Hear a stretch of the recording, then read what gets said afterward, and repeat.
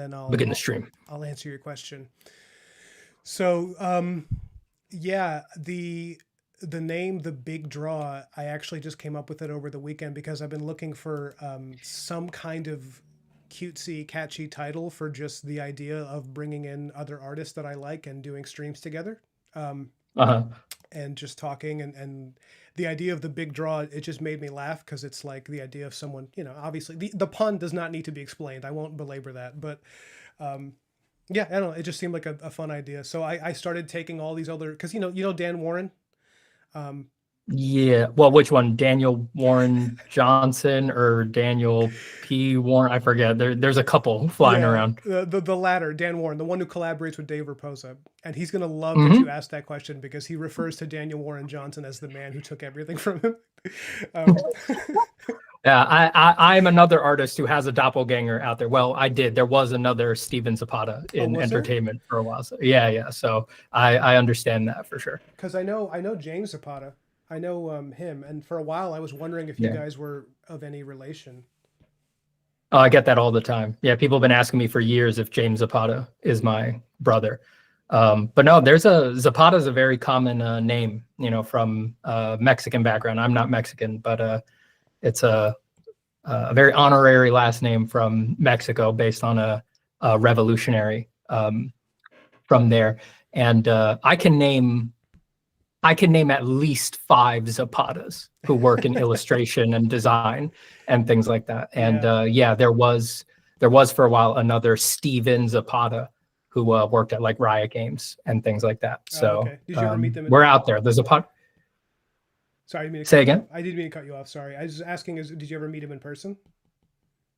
No, no, it's kind of weird because I assume we sort of were both vaguely aware of each other because his website was Steve Zapata and mine is Steven Zapata, right? So we were always one typo away from going to each other's websites. And if you ever search your name, as artists are prone to do, if you ever search your name to see where you're popping up online, we would always pop up in each other's searches, I'm sure. So we never got to meet, but I'm sure that we were both aware of each other. Yeah. Yeah. Well, it's funny because I considered it a point of personal success when I was able to Google myself, and I came up first instead of this Ryan Gutierrez, who was a college football star.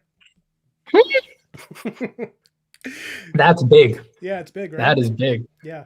Mad props to you on that. That's hard to do, to clear what's it called in cosmology? Clearing your orbit. That means you've become a real planet at that point. Oh, that's a cool way of looking at it. I like that a lot. Yeah.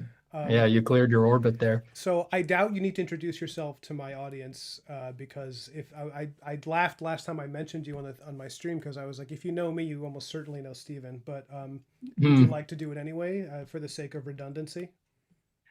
Sure. My name is Steven Zapata. I'm an illustrator, an artist, and teacher, and all sorts of things. It's getting harder and harder to narrow down what the heck I am. Yeah. But based in New York City, I've been working professionally as an artist for, let me do the math here. I guess it's going on 14 years now, something like that. Um, I'm a native New Yorker, live in New York now, lived in California for a while I went to college. Have worked in illustration, print, concept design for video games, theme parks, things like that. A few years ago, I opened a YouTube channel. I do a lot of YouTube stuff now. That's Steven Zapata Art, if you want to look for me. And through that channel, that's opened up a lot of opportunities to do courses, teach workshops online, things like that. Yeah, I think that's me in a can.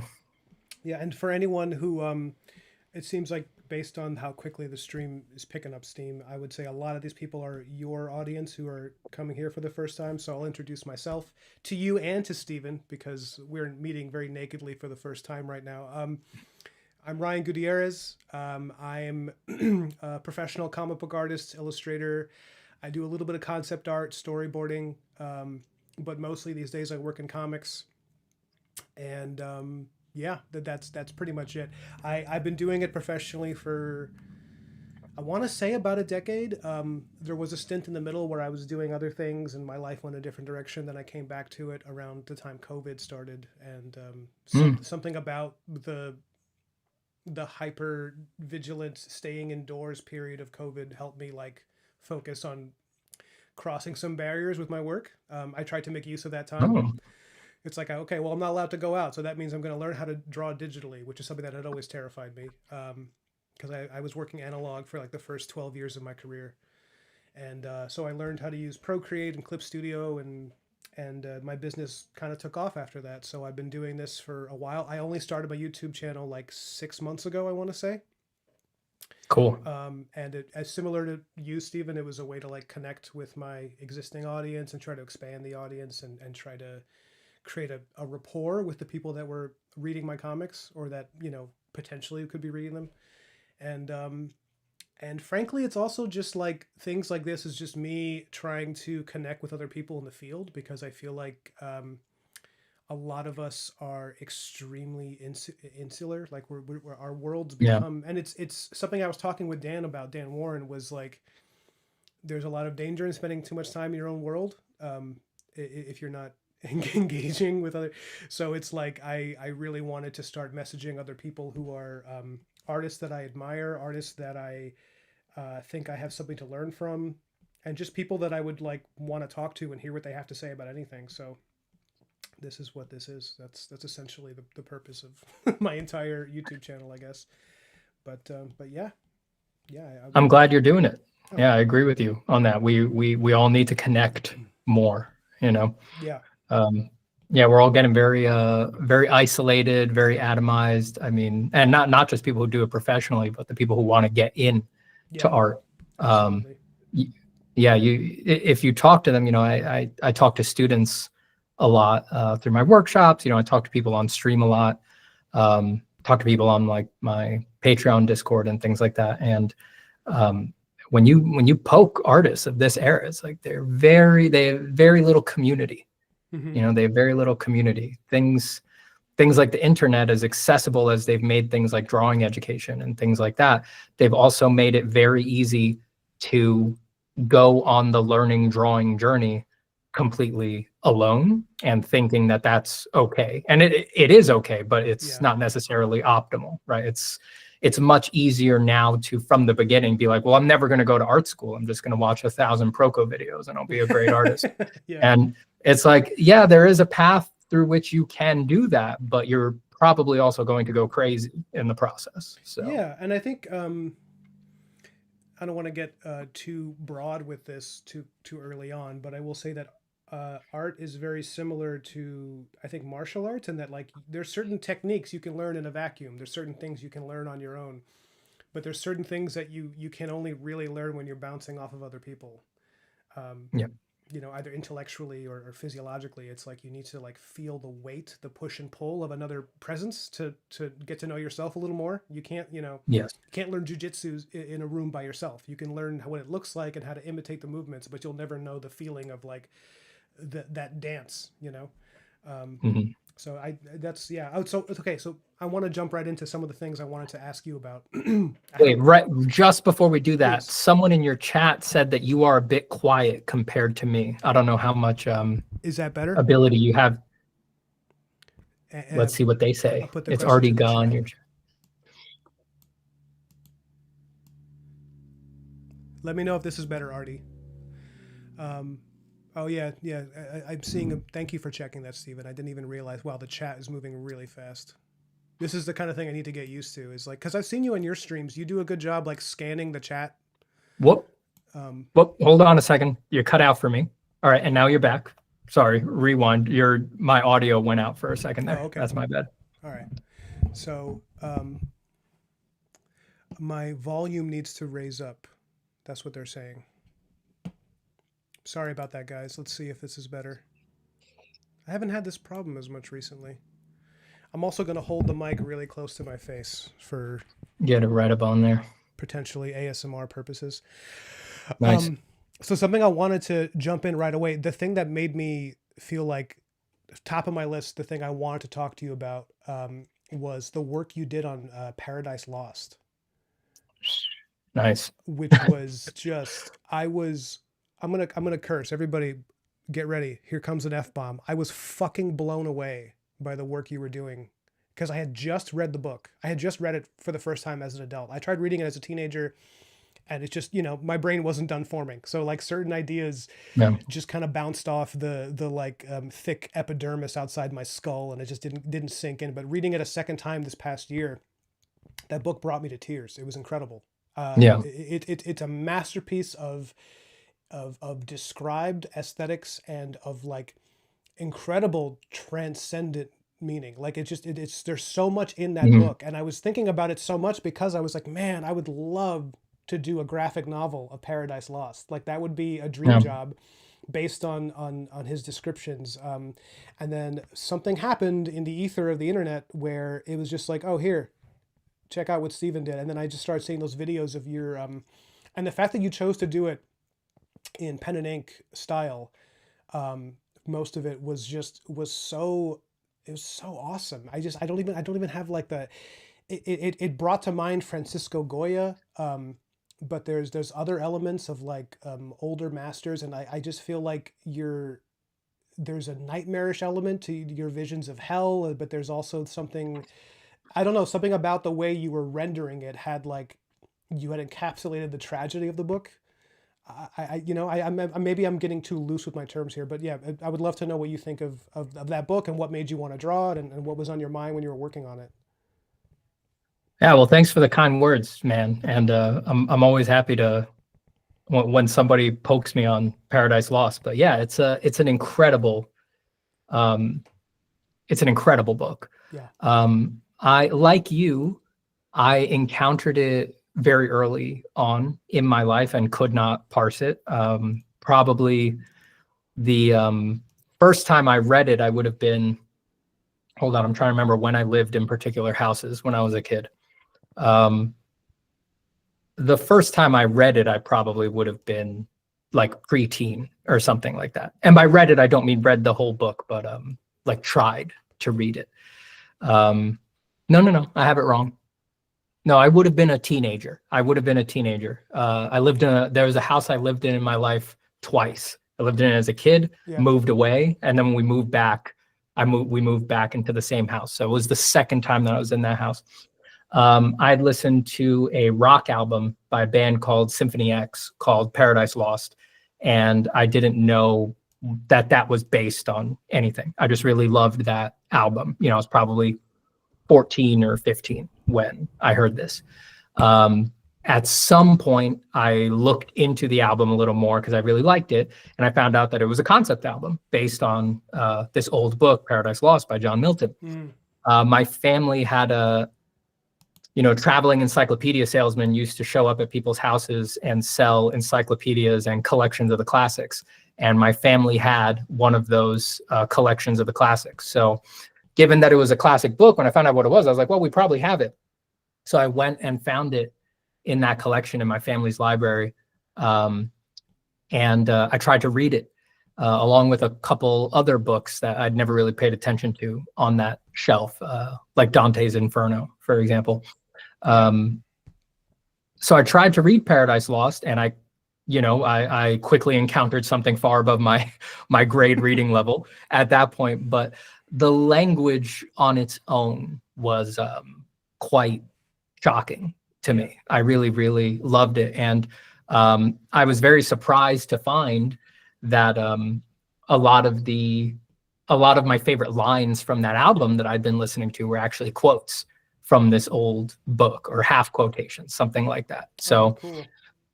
So I thought that was really awesome. Yeah. And I did try to read it a few times, but I just couldn't quite, I was too young, as you said, to really be able to get through it. And it was many, many years until I was actually able to read all of Paradise Lost, or read even sections of it and sort of grok what I was going through. I probably came back to it and started reading it earnestly mid 2010s, something like that, like 2015, 2016, something like that. Sure. Yeah, and I've read it. it's like I've probably read the first 3 books like 20 times or something like that. Yeah.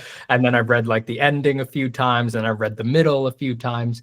I think I've only done like one cover to cover like read through, but then I read sections over and over again. So that's my history with it. But why do I love it? Yeah, I think this really starts getting tied up with all of the themes that I care about most in my life, really. But my favorite thing in life is crazy stuff that people actually believe, right? Things that really stretch credulity, but people actually believe them. They think that's real. And any version of that, I love. I find that fascinating. Who knows why that is? Maybe that's a lack of belief in my own life. I need to fill it with other people's belief or something like that. But that's one of my favorite things. Now, I'm not a scholar of Paradise Lost, so there's only so far I can go with assertions like this, but I have seen other people claim this. But John Milton thought that Paradise Lost was divinely revealed.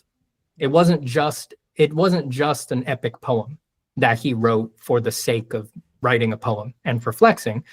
He believed that it was either totally or in part delivered unto him by an angel, by the muse, that it was God's vision, that it was the reality of the cosmology that we are living in to some extent. Now, I had exposure to divinely revealed texts other than Paradise Lost when I was young. One of my favorites is a quite famous one called the Urantia book. My sister had a copy of it in our childhood library. It's famous because the Urantia book was the book that established the legal precedent in the United States that you cannot copyright things, or that you cannot copyright things that were divinely inspired or something along those lines. Oh, interesting. So I actually forget what the exact outcome of that court case is, but the Urantia book is one of these weird little niche things where it's like it is linked to a Supreme Court case that gets cited often. I didn't know this until years and years after, when I was doing research on AI topics, actually. But I had read a bunch of the Urantia book when I was a kid, because you open that book and it says, these are the real words of real angels, and this is how the universe is constructed. And then it's 2,000 pages of things that nobody takes seriously. It's a Bible. It is a Bible. If you ever come across a copy at a bookstore, just crack it open. It is a full Bible that 15 people believe in. It's fascinating. It's a fascinating thing. That is interesting. It's I would say it's abjectly interesting on some level, but basically, okay, I'm making a lot of connections here, but I just want to give my little spiel on why I love Paradise Lost in general.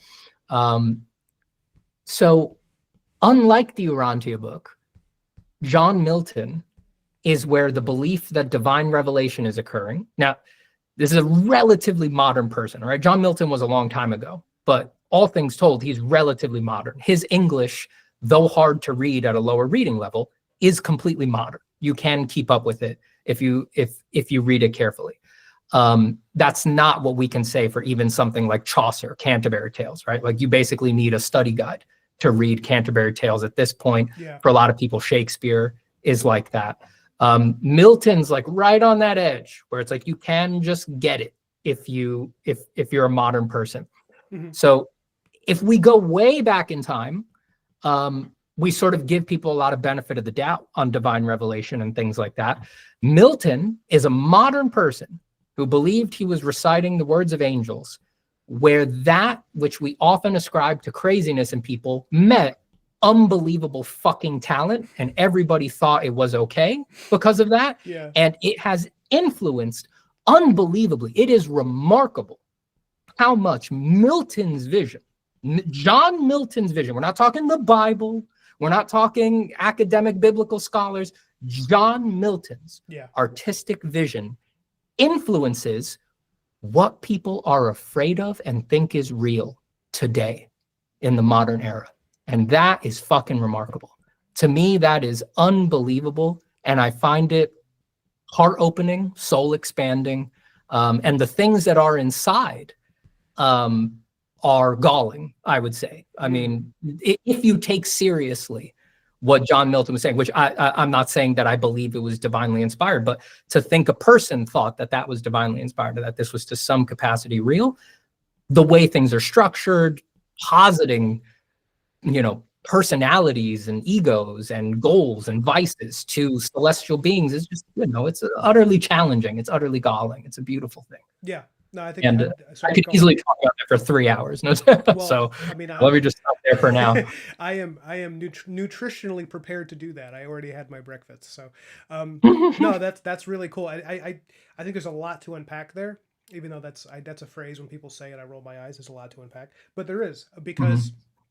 you're touching upon a few different things. One is the ability of artists to literally shape reality by manifesting visions that are sort of uh, in terms of like memes of consciousness. They are contagious. Yeah. And I say this as a Christian. Like I grew up in a Puerto Rican Catholic family. Like I'm just like so many of us. And like even when I approach something like Paradise Lost, it feels to me like an incredible work of fiction. But Mhm. the part of me that was raised Catholic, there's that little voice that's like, like maybe he's Yeah. touching upon some cosmic truths, and maybe if you take all of this in a certain way, then heaven and hell are realities that you can make in your own life based on the decisions you Yeah. make. And like, even though that's maybe not necessarily what Milton is saying, it's like if something divine is moving through a person, it could be moving through them to give a very explicit message told in an absurd bombastic aesthetic way, but yeah, no, I agree that Milton it's also interesting because when he wrote the book, it was right at the cusp of society moving into secularism. Hmm. And it's like if he had tried to do that now, he would have been more pushed into a very particular category of fiction, But because it came at a certain time, it could be accepted as like, but it was right at that cusp where people probably wouldn't have been quite as open to his work, as a work, Oh, especially if he's declaring that it's divinely what would you say, inspired. Maybe yeah. maybe that's too weak a Or term. divine, or divinely revealed. Again, Yeah, I can't be too sure, if Milton were alive today, what words he would exactly use. But yeah, revealed, inspired, that it's more than just him doing fan fiction of the yeah, Bible. We can put it absolutely. that way. I agree. Yeah.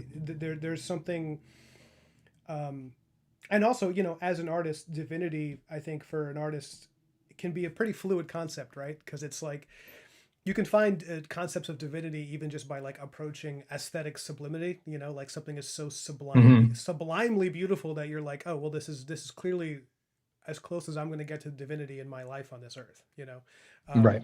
and so a book like that, a book that's that fucking good, it's like, I mean, I remember reading the end of it, and I was like, just the notion of the idea that that scene at the end when I believe is it Michael or who appears to Adam and he's telling him the future of mankind. He's giving him Yeah.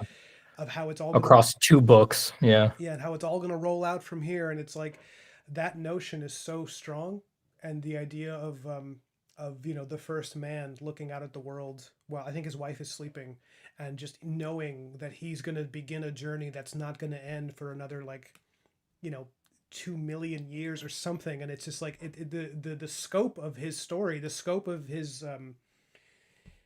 I think you can tell. I mean, there's something really infectious about when you can tell that an author loves what they're writing. Like they are Yeah. just totally engrossed in it in a way it's so contagious. It's like I think I get some of that reading Tolkien. Tolkien is that I feel like he was enjoying himself so immensely that it just makes you want to like live inside their head for a little while. But yeah, no, I love the decisions you made. I feel like I don't think I've seen anybody else capture Milton in the way that you did. Oh, Uh, that's very kind. yeah, Thank you. because reading the book, I remember reading the book and looking at your illustrations. I was like, if this guy was alive, I think he would have wanted he would have wanted people to see. I mean, I can't speak for him, but I'm like extrapolating a little bit.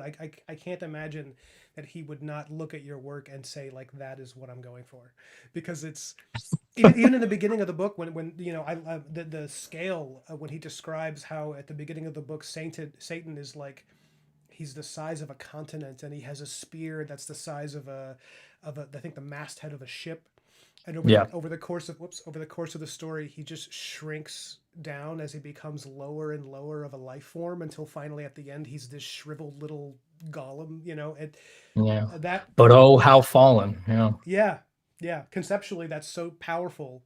Um, that yeah, no, I just wanted to talk to you about that because when I remember looking at it, I lost myself in your work when you were doing that. Not to blow too much smoke up your ass. I genuinely appreciated it and I thought it was amazing. And yeah, it was just, I mean, when you were doing that, were you thinking of like, so Francisco Goya just keeps coming up in my mind when I look at it. Is that something you were, is Goya someone you were looking at a lot? Yeah, a lot of Goya's etchings have definitely had a big influence on me in the past. Definitely Doré, I mean, is a very direct inspiration, especially for that period where I was doing work for it, where I was doing it in the more pen and ink etching style, and I was sort of overlaying my reading of it as well over videos of it sort of being drawn. Mm-hmm. Doré was a very direct inspiration there, as well as the lineage of people that Doré has inspired, like Frederick Church and things like that. Not Frederick Church. There's another church named pen and ink artist who was very influenced by Doré. But Doré has influenced just about everybody. Yeah. At this point. I was gonna say, but you mentioned Frederick Church. So I live upstate New York, so I live right near where his like house was. I think that's his oh house. yeah, his big manor. Yeah, His big manor, right? it's right there. I've been there. Yeah. Oh yeah, of Yeah, course. Yeah, because you yeah. live in the city, right? Yeah. I forget the name. It has a unusual name. The old house. Yes, that's it. It's a beautiful structure. I didn't get to go inside when I was there. It was closed for renovation, I think that it was. But Yeah. I got to walk around the grounds, and it's a beautiful, beautiful house. I'd love to go back sometime and actually look at the paintings that are inside and see his studio. It's full of paintings, and it's very bohemian in the way it's laid out. It was very like filled with art from different people, and he's got references to Western architecture, Middle Eastern stuff. It's very like yeah, it's fascinating the way he built it. But I didn't want to cut you off. You were in the middle of talking about the other church. Yeah. So yeah. Well, in general, Doré was a big inspiration for that. And then as I went deeper and deeper into it, like those pen and ink style illustrations, I was doing them digital in Procreate, and I got I found myself so deeply lost in what I was doing that I started feeling, because I'm a traditional guy first, you know, that's sort of like my foundation. So I found that I was enjoying myself enough and connecting enough with the work that I really wanted to switch to traditional. And when I did that, I didn't want to, you know, pen that kind of style. I was not very interested in doing that traditional, you know, sort of it's different, you know, digital, you know, you're doing it in black and white, and you have sort of these binary lines, but you can correct infinitely, and you can do a lot of other effects. It's not like you can't correct traditional pen and ink, but it is more difficult. It's just more technically finicky. Absolutely, right? Yeah. So, and pencil has always just been my go-to. You know, I've never seen pencil as a preparatory medium. Pencil, always since I was a kid, it made perfect sense that it was a way to finish as well. So I wanted to find a way to translate the emotions and themes that I liked in Paradise Lost and in the work I was doing over to pencil. And then that unlocked a new way of working for me that really is what most people online know me for now. So Paradise Lost gave me that. I consider that a great gift that Milton and the Paradise Lost project gave me. And that just feels like my natural way of working, which to me comes from resonating deeply with the themes of that book, and with just the underlying religious themes and things like that. What in general. what would you say people online know you for?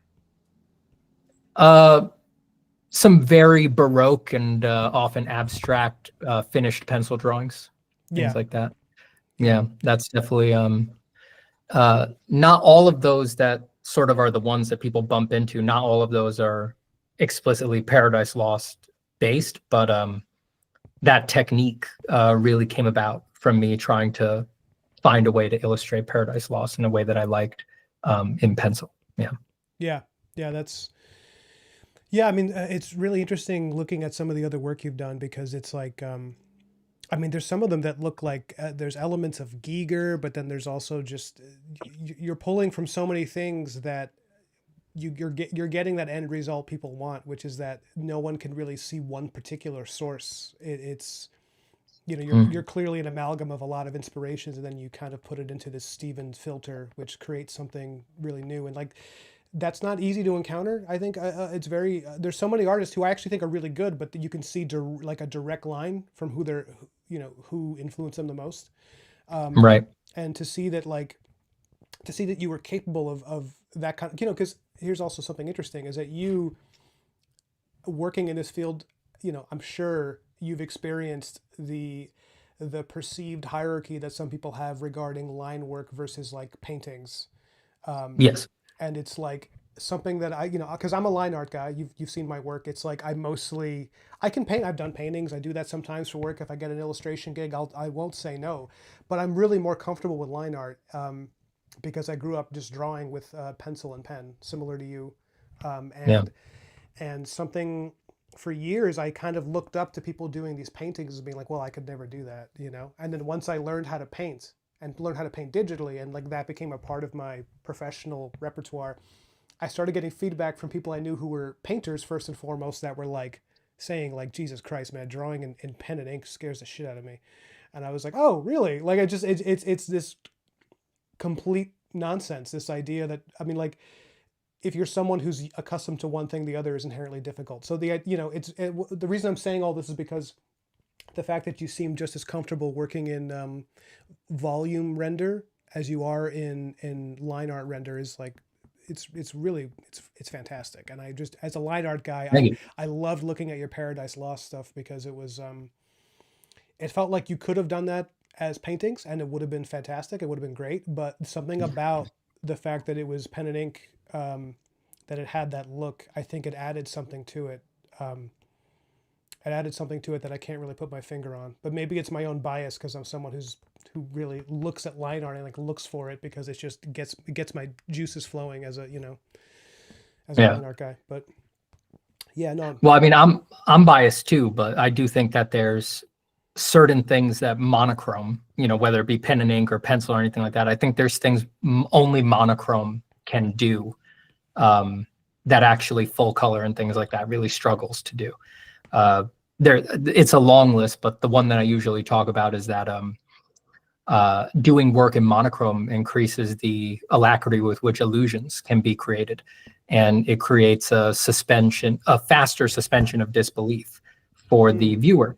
And for me, considering how much freedom to abstract I wanted in that work for that theme, for those themes for Paradise Lost,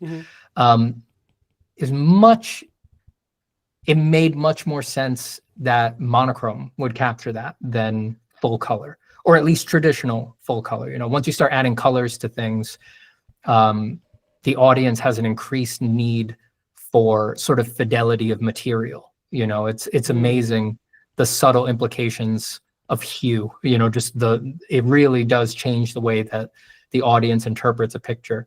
And things that if you were working in monochrome, you could basically just juxtapose or run together and the audience will accept and in fact think they're beautiful. If you introduced hue into a passage like that, the mind now insists like, well, that's sand and that's flesh and there must be a transition. We can't just have them. And I find that an annoyance. It actually limits what is possible within the realm of illusion and juxtaposition as opposed to opening possibilities there. So there's a lot more I could say about that, but for me, monochrome is, it is my preference in general, just temperamentally. But again, I love Paradise Lost, especially because that was one of the projects where it felt like the needs for the project were begging for monochrome instead of being shackled by it. That's a really good, wow. I love that. I want to distill that quote. Yeah, no, I mean, there's always, I agree with you that monochrome, at the very least, there is an ineffable strength to it that, because I know my fiance, you know, she sees all my work in progress before I do color, and whenever she sees the black and white line art, she's like, "Are you ever gonna just do a version of this, or are you gonna release a colorless version that's just pen and ink? Yeah. Like you should do that." And I'm always like, I don't know. Like I would have to build a certain level of I don't know. I'd have to build a certain level of anticipation around that. It's like you know, the only people requesting that is like her and maybe two other people. But there is something about line art before, well, line art in particular for me. But even rendered volume black and white with gray tone has a kind of I don't know. It's sometimes it's easier to create a like a cinematic haunting quality to something. Mm-hmm. And I also think you know a somewhat unfortunate result of so many young people learning to paint digitally first is that there is an immediate gratification that comes from color. So they learn that before they learn to appreciate the silhouette and shape of something. Right. That's something I've encountered. I don't know if you've encountered that. I know that you're teaching more than I am, so you probably have a more educated opinion on this. Well, I have a probably pretty, in general, I have pretty scandalous opinions on color and things like that, or at least unusual ones. My students scandalize me. Do it. Scandalous opinions on color.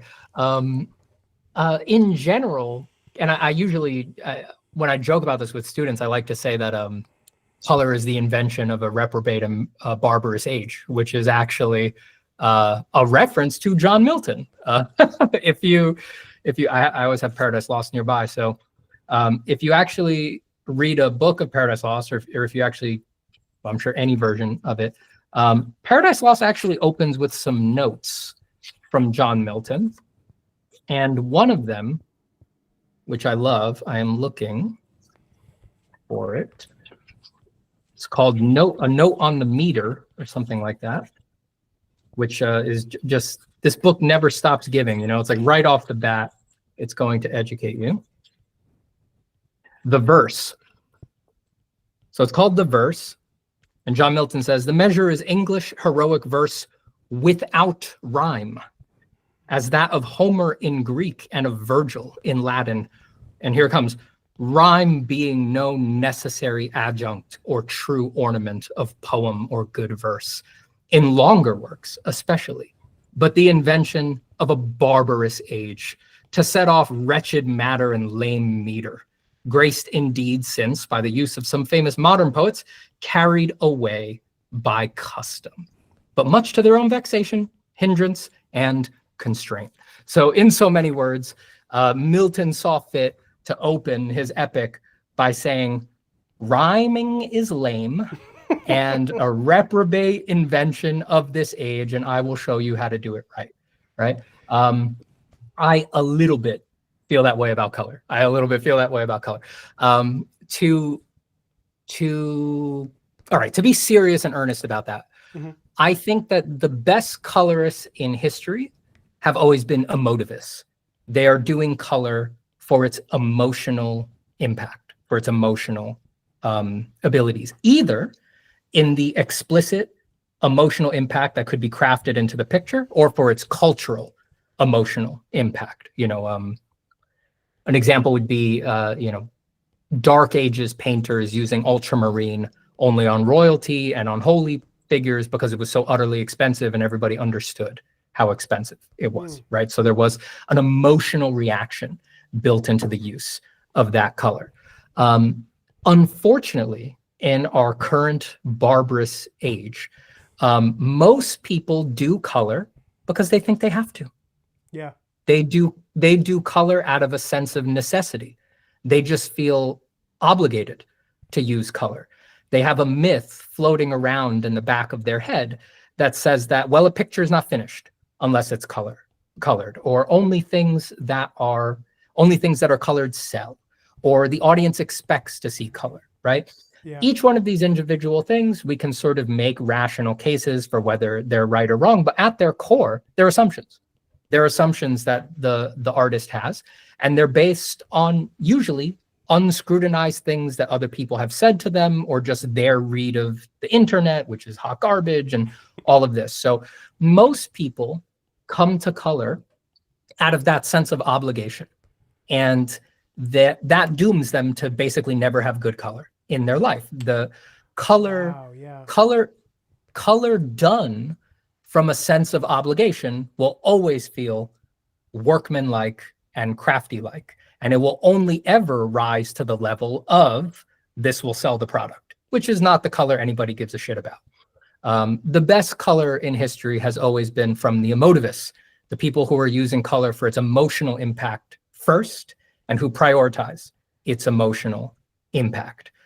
There's people who do that much more open-ended, and there's people who do that much more scientifically, but the best from either direction are always working from emotion first.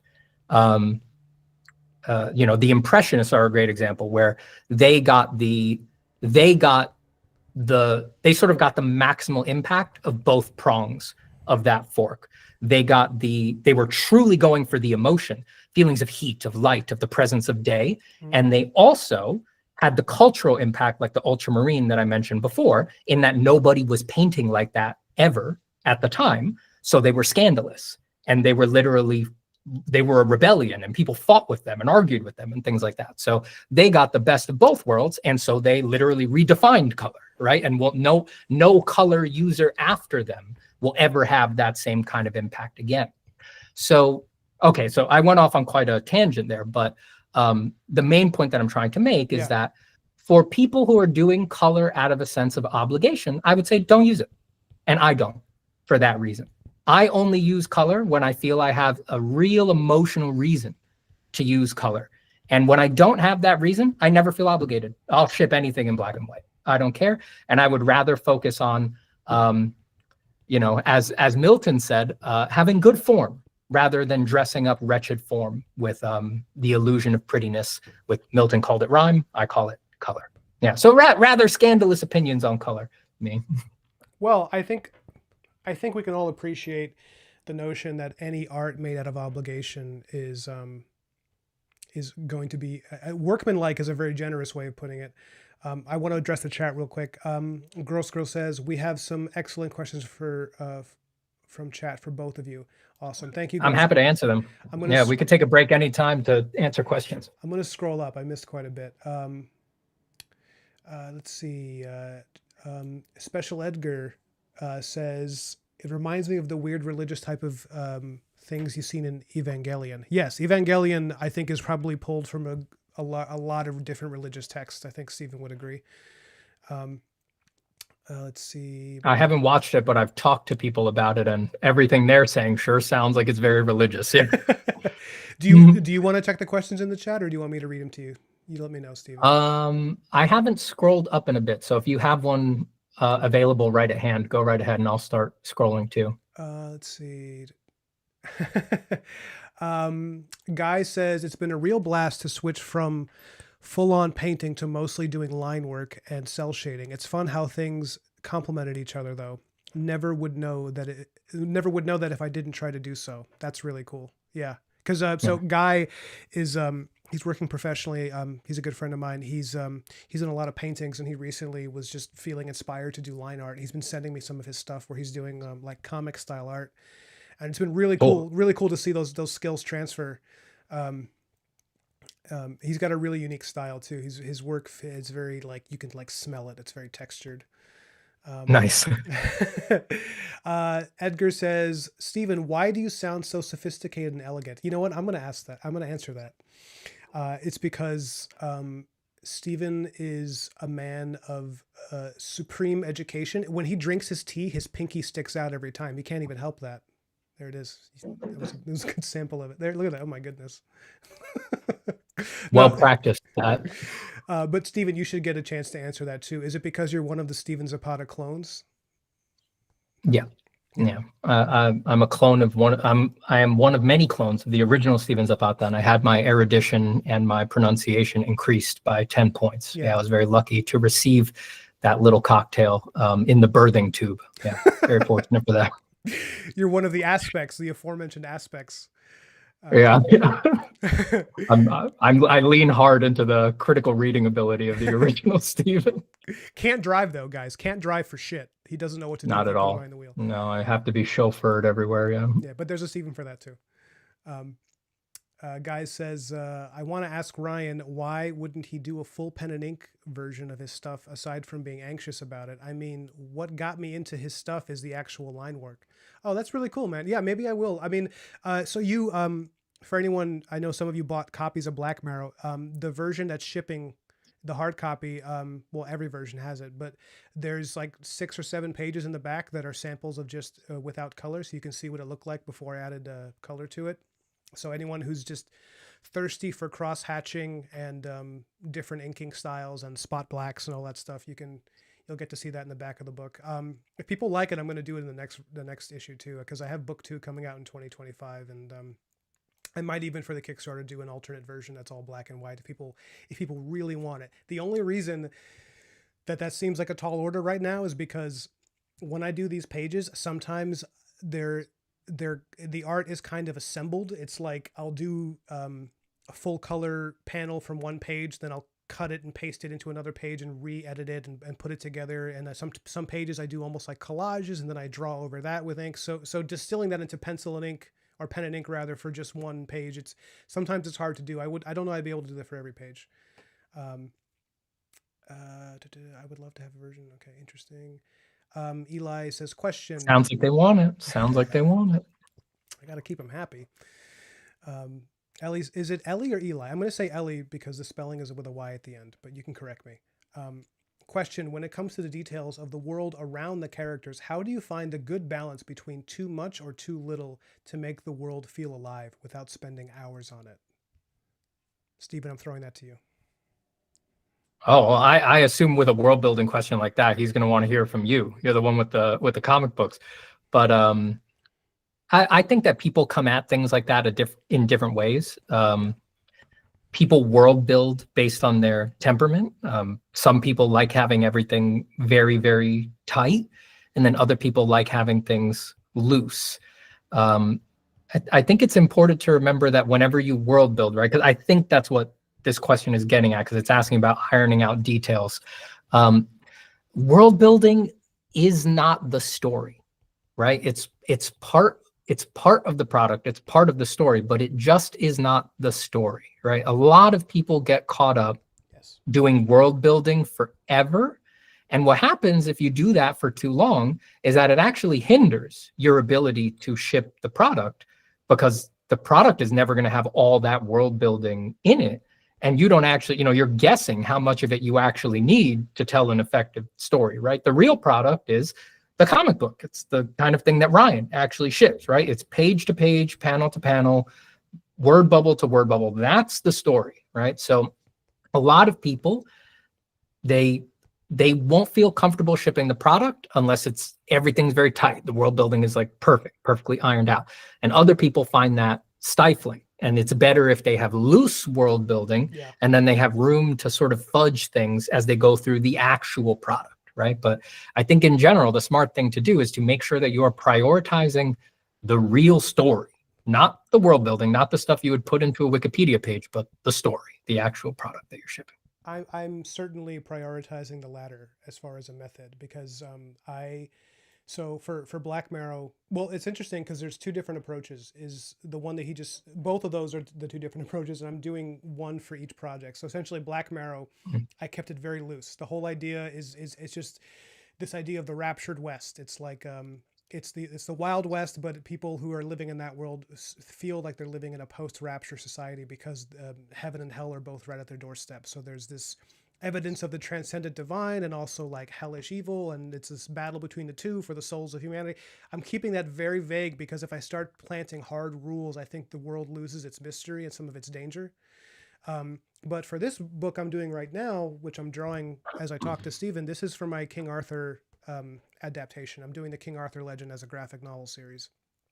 So the world building for that needs to be a little tighter from the get-go, because it's based on a story that's older than anyone in this room as far as I know, and it's something that's like people have so many versions of this in their heads respectively that in order to get to make sure that I'm not, for one, pissing people off right away, and 2, that I'm keeping them engaged, it has to be like pretty the world has to feel pretty well developed. So I'm taking an approach with this where it's like similar to how Tolkien treated Europe in Lord of the Rings, where it's like, you know, it's an ancient society that we're kind of like, we're branching off into an alternate version of reality, but it's still kind of Europe. It's like that kind of thing. But I think the balance between world building and storytelling, the approach that I keep reminding myself was this advice I got from a really good writer who said, nobody gives a shit about world building if they don't like your characters. So, because too many writers get really into world building before they even have their story, and they get kind of addicted to this idea of like, here's the history of this world. You know, here are the things that happened before the main character was born. And then when it comes to like, you know, putting together dialogue, progression of the arc and the narrative and you know, designing the structure that your main story is going to exist in, they're kind of shallow because they're scared of that, because the fact that that is so much more pared down compared to the world building, the vastness of it, they get scared because it's like the more you commit to that structure, the more you set conditions for failure. So they just kind of stay in the back. They become a wallflower in their own story, you know, talking about like, you know, oh, he is this person's descendant from this ancient, and it's just, you know, so I think world building is great. I think it's great to have an idea for it, but focusing on your main story and then slowly over time building the world around them, because a lot of things you're going to want to change. The story kind of writes you a little bit, and I think you got to keep that in mind. You want to stay flexible. You're not, you know, you're not designing a new cell phone. It's, you know, the structure is chaos and order. They gotta make sweet love. You got to let them do their smooches. The cartoonist place says, "Hey, yeah, Ryan, just popping into the stream to say hi. Can't wait for Black Mirror 2. Oh, thanks, man. I really appreciate that. We're towards the end here. Uh, Guy says we wanted Papa Ryan. Wow, there's a lot of people in the chat. Oh, he says, hello, I would love to hear your opinions of how to respond to someone to somewhat jealous remarks such as, quote, well, you are just better, or quote, you're just more talented, from friends and peers. It always messes with me. Steven, what do you think? Well, I just say you're right. I am better. Yeah, I was Absolutely. I mean, what's the, you know, you want to talk about sports now? Like, what's yeah. up? You got conversation's over. Yeah. I've watched The, Steven's stream, so I know that that was going to be his answer. I don't know. Yeah. If I think the more interesting question is just why is it messing Yeah. with you? You know, you have no control over what other people are going to say to you about your art. You really don't. And it certainly doesn't have anything to do with the quality of the art, right? I mean, you could be a very great artist and be universally hated. You could be a very mediocre, very bad artist and be universally loved. It's really got nothing to do with the art. So you just have no control over what people are going to say about your work. But, you know, as the old adage goes, you do have control over your reactions. So I think the more interesting thing there is to just investigate, why is it messing with you? You know, I mean, all they're revealing, if they mean the way that it was structured here, that they're being bothered when somebody says that the asker is more talented than they are, it's like they're just revealing their own insecurities. So Yeah. that someone is revealing their own insecurities, there's really only so much that should affect you, right? I mean, you just react with compassion and give them a little pat on their back. Usually people like that are not actually that interested in improving at art. You know, they're just, you've got to realize that a lot of people in that context, what's really happening is that you're an artist, and to them that's like a weird aberration, and they're just struggling to find a way to relate to you and to connect with you. Yeah. So it's just a moment to just, like, you know, kind of lean back into yourself and just take it easy and, you know, just relate to them and connect with them. You know, it's don't let it get tied up with you. Yeah. And I would add to that by saying, I don't know this person's tone when they spoke to you, but I would say it's really a good way to be, to assume the best intentions as often as you can, as often as is reasonable. If someone's, you know, some people they want to give you praise because they want to be closer to you, but they don't always know how to say it, and sometimes it comes out as, you know. And, you know, just because someone is feeling jealousy and expressing insecurity doesn't mean that they don't like you as a person, or that they're not actually really impressed by you. They just, people are awkward, they're flawed, we're pigeon-toed bad walkers. Just, just be kind, be patient, and assume they don't really. I would start by assuming they don't mean ill. If they start to continue to Hmm. make passive aggressive comments, I think maybe you should either address it or just be like, ignore them and have a milkshake. You'll be fine. But Yeah. but it's funny. So something that you probably don't know about me, Steven, is that and my chat knows this, but so before I did this for a living, I was a boxing coach. So Cool. it's when you come across these like little passive aggressive, potentially passive aggressive comments that people make, Mm. it's interesting to see how people deal with it. Like, I forgot who asked that. Like, how do you deal with that comment? Like feeling bothered by that, because I kind of feel like you have to just, and I think you actually, I know Steve, I know a part of your persona is that you play at the overconfidence, but I can tell there's obviously a lot more to that. I think that a little bit of that is real though with you, where you kind of have to go in, because I was talking to Dan about this. You go into a boxing match with this attitude that like you're the shit, because the minute you Yeah. start letting in doubts, it starts to slow down your footwork. And I think that's true with almost anything in life. Yeah. Um, so I think with art, I mean, some like what Steve, what Steven said, like if someone says, "Oh, well, you're just really talented," you're like, "Yeah, you know what? Yeah, these are my gifts. What can I say? Um, Yeah. this If hand is made of gold. if I could expand on that a little, because I Please. this is actually a realm that I find super interesting, and it's something I wind up talking to students Yeah. with a lot.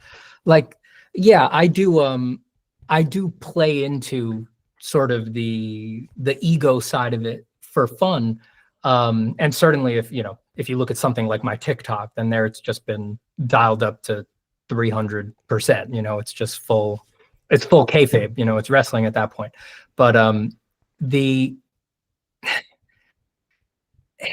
artists, it's trying to push the other way on the traditional conditioning, right? Because if we go back to that question, like, oh, you're just more talented than me or something like that, those comments that were bothering that asker, if those were coming from another artist, that's almost always because that's just how artists have been conditioned in our community to talk about ourselves and to feel about ourselves. We're supposed to be, truly like obsequiously humble and never say anything good about ourselves or our work, and just be very mewling and sad and poor and hungry and just like everything, just every bar dropped all the way to zero, right? Just as painful as possible.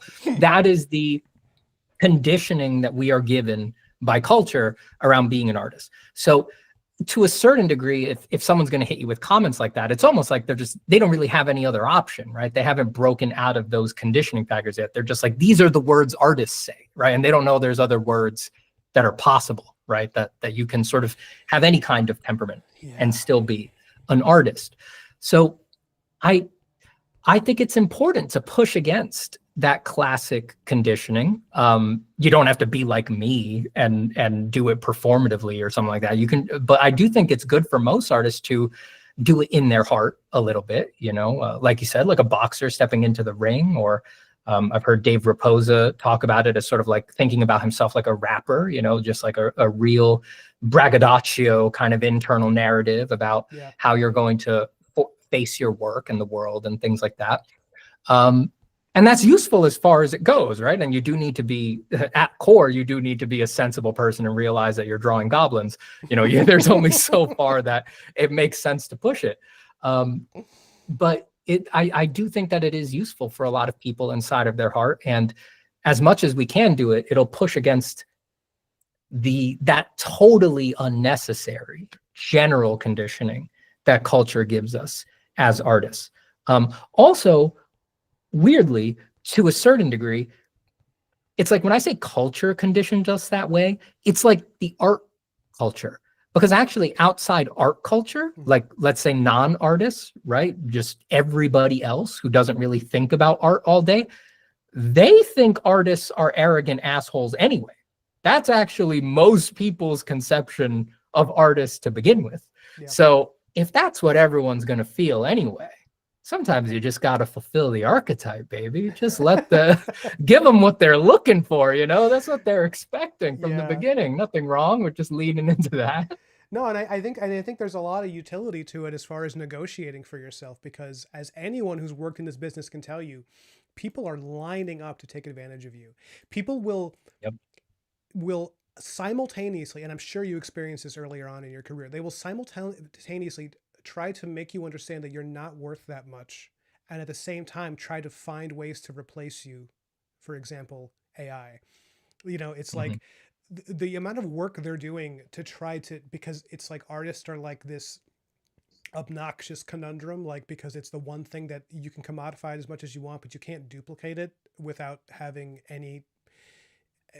talent. You can't create a blueprint that makes good art. You just have to let artists work, and it frustrates the crap out of like corporate structure. And so they are Oh God, lining they up. hate us. Oh God, no, yeah, they hate having to deal with us. And I, and Hate us. I've always tried to market myself as being like, listen, I like having the artistic ability without the stereotypical artistic temperament. Like I'm like, hey, I'm an easygoing guy. I worked in other fields. I'm not gonna like give you a hard time. But as I've gotten older, I'm like, you know what? Fuck you.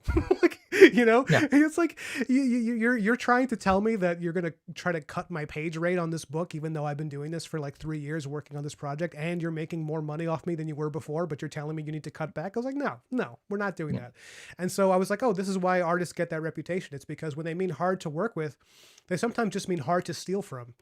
Um, Yeah. Hard to manipulate. Yeah. yeah, yeah, yeah. And it's like, and I think I have a reputation where I've worked for being like a relatively nice guy, but also like don't try that shit with Ryan because he will embarrass you in public. Like, like Good. Yeah. I'll be at a meeting and I'll just be like, yeah, well, no, we're not doing that, and here's why. And I'll get, and maybe people find that emasculating if you're in a room full of guys who all have like, vacation homes, and they're talking to some broke ass artist who was working out of Brooklyn, and I'm telling them no, like maybe that doesn't feel, but it's like, I don't.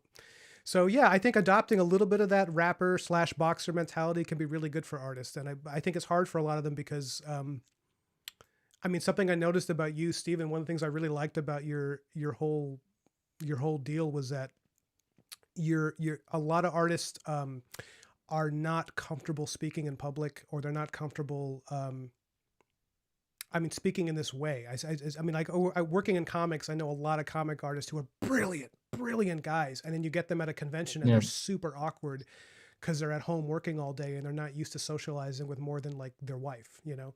Um, Yeah. and so something I was really drawn to, one of the reasons I needed to talk to you was A, because I loved your work, but also because it was really interesting to see someone who was the exact opposite. You come across as very extroverted, and I think your chat really Mm. responds to that.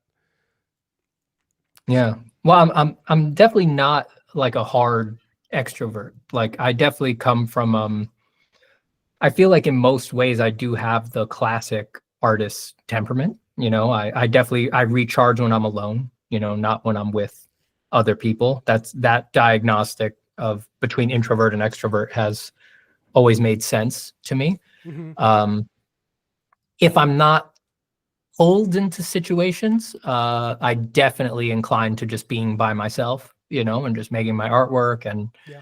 and spending time in contemplation and things like that. So Mm-hmm. I am an introvert at my core, and I just consider myself lucky in most ways that when I am in a situation where I'm talking to other people, a social situation, or certainly if I have to perform, there's just a part of me that is an extrovert and just knows when it's time to show up and does it. Um, that's just one of those things that I just chalk up to luck. That's just the way I'm wired, I think, for the most part. Yeah. And that wiring just got refined through doing it a lot. I was once people have noticed that in me since I was a kid. And then once they notice it, they're like, all right, well, Steven's not bothered by that. So, we're doing the school play, we're a bunch of 6-year-olds. It's like, make sure, we can rely on him to ham it up there in this scene. So, Yeah. it's one of those classic things where it gets reinforced as you go through life. So it's Yeah. kind of smoothed that out for me. Yeah. Just to give anyone who doesn't know Steven stuff, just to give you a sense of what I'm talking about, some things that there's stuff he's posted that has genuinely made me cackle, like maniacally cackle. One of them where he was explaining determinism and he got bored with his own explanation. So a tiny dancing Steven came up from the bottom of the screen and just it was doing this like kind of Zach Morrissey, it was just I laughed so hard. I kept watching it over and over because the timing of it was just perfect. Having that kind of performative comedic timing is just not, it's just not common for a lot of people that are not, you know, first and foremost performers. But I'm seeing some complaints about the audio still. It's saying it's hard to hear us both.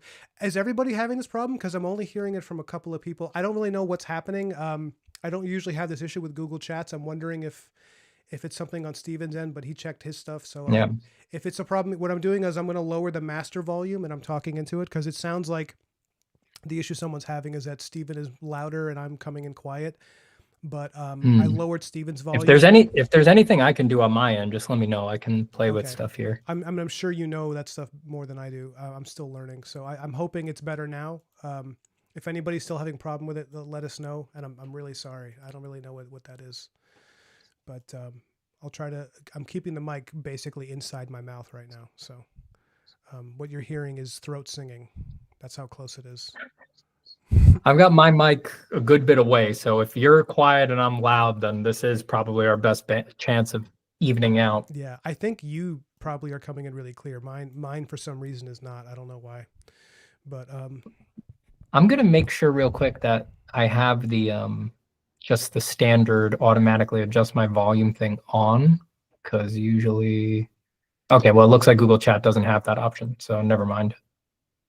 I was thinking Zoom. Okay, yeah, sorry. Ellie says, if you don't champion yourself, who will? It's true.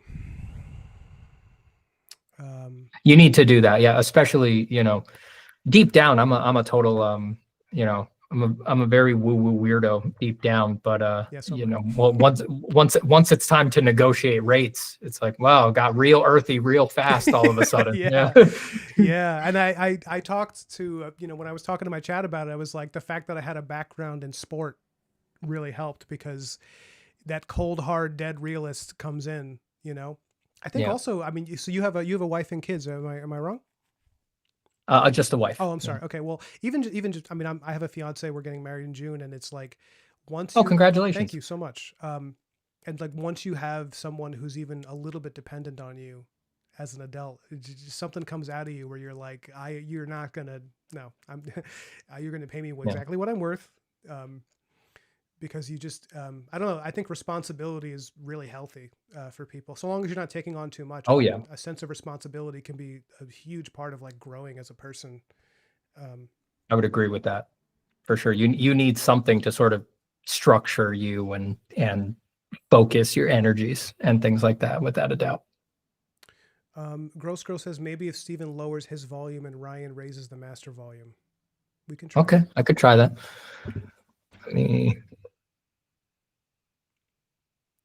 Okay, that amount is usually a significant drop in my volume. Okay. You sound still really good to me. I'm going to move my mic a little closer. All right, so if you want to, you're going to try to raise the master volume now? Yeah, I already did. So we should be, you sound just as clear as before. So I'm hoping, you guys let us know if this is better. And I hope you're appreciating watching us fiddle with the volume. This is the kind of incredible raw content that people come to the internet for. Someone says your normal audio, Ryan, always kind of sounds like this. So I think so I think it's definitely just yeah. I think it's my end. Yeah. Okay. Well, cool. I hope we worked it out. Okay. So Steven sounds more normal. Ryan should change the volume on OBS. You are still quiet. I don't know, guys. I mean, the volume is the same. It's really high. I don't know. I have it at the very tip top. Yeah, I really hope this whole system is always like this. It's always, is it okay? Unless two people have the same microphone, there is no way to be sure that things are going to balance out. Yeah. Okay, I'm so sorry if people are. Oh, okay. Yeah, JREM says audio sounded fine out of my phone speakers, but sounded very different once I connected to my speakers. Okay. All right. Well, we'll try to keep going like this. Yeah. Computers are haunted. There's no way to control it. Yeah. You just roll on. What else can you do at a certain point? Yeah, it says Okay, maybe I also talk really loud. Maybe I just need to calm no. down a little bit. You're not being too loud. A Here, I'm little lowering the quieter. master volume so that Steven will be quieter, and then you guys could just raise the volume on your end so that he and I sound the same. I'm gonna have to edit all this out after I stream it because this is like, um, okay, let's try that. Anyways, where were we before this? This incredible dalliance into the world of volume. Being a hard-nosed jerk when you're negotiating your rate. I don't know. That's the last thing I remember. Yeah, yeah. Oh, Yeah, and right, yeah, responsibility being good for you. Yeah. yeah. Oh, so something I had a list of things I wanted to ask you about. Paradise Lost took up a big chunk of it because it was most pressing. But Yeah. something And I we could go back to that. There's plenty there too. oh, okay, so okay, branching off of that, what is a something like a dream project for you that you want to do in the future that you haven't gotten to yet? Oh man. There's a few.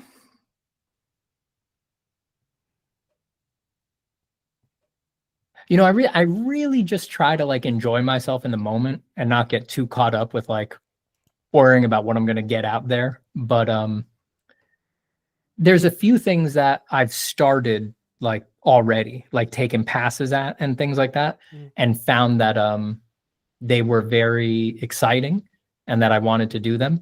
And then hit like barriers on them, mostly like financial barriers. So big ones like that are like there's a version of a design course that I've always wanted to do where it was like I wrote a version of it once. It was a lot of like doing things on site, mm, explaining the world around me, just like going to the places and explaining how things wound up looking this way and the design elements of all these things. And I wrote a version of that once and then had a friend who has production experience sort of price out how much it would cost to make it.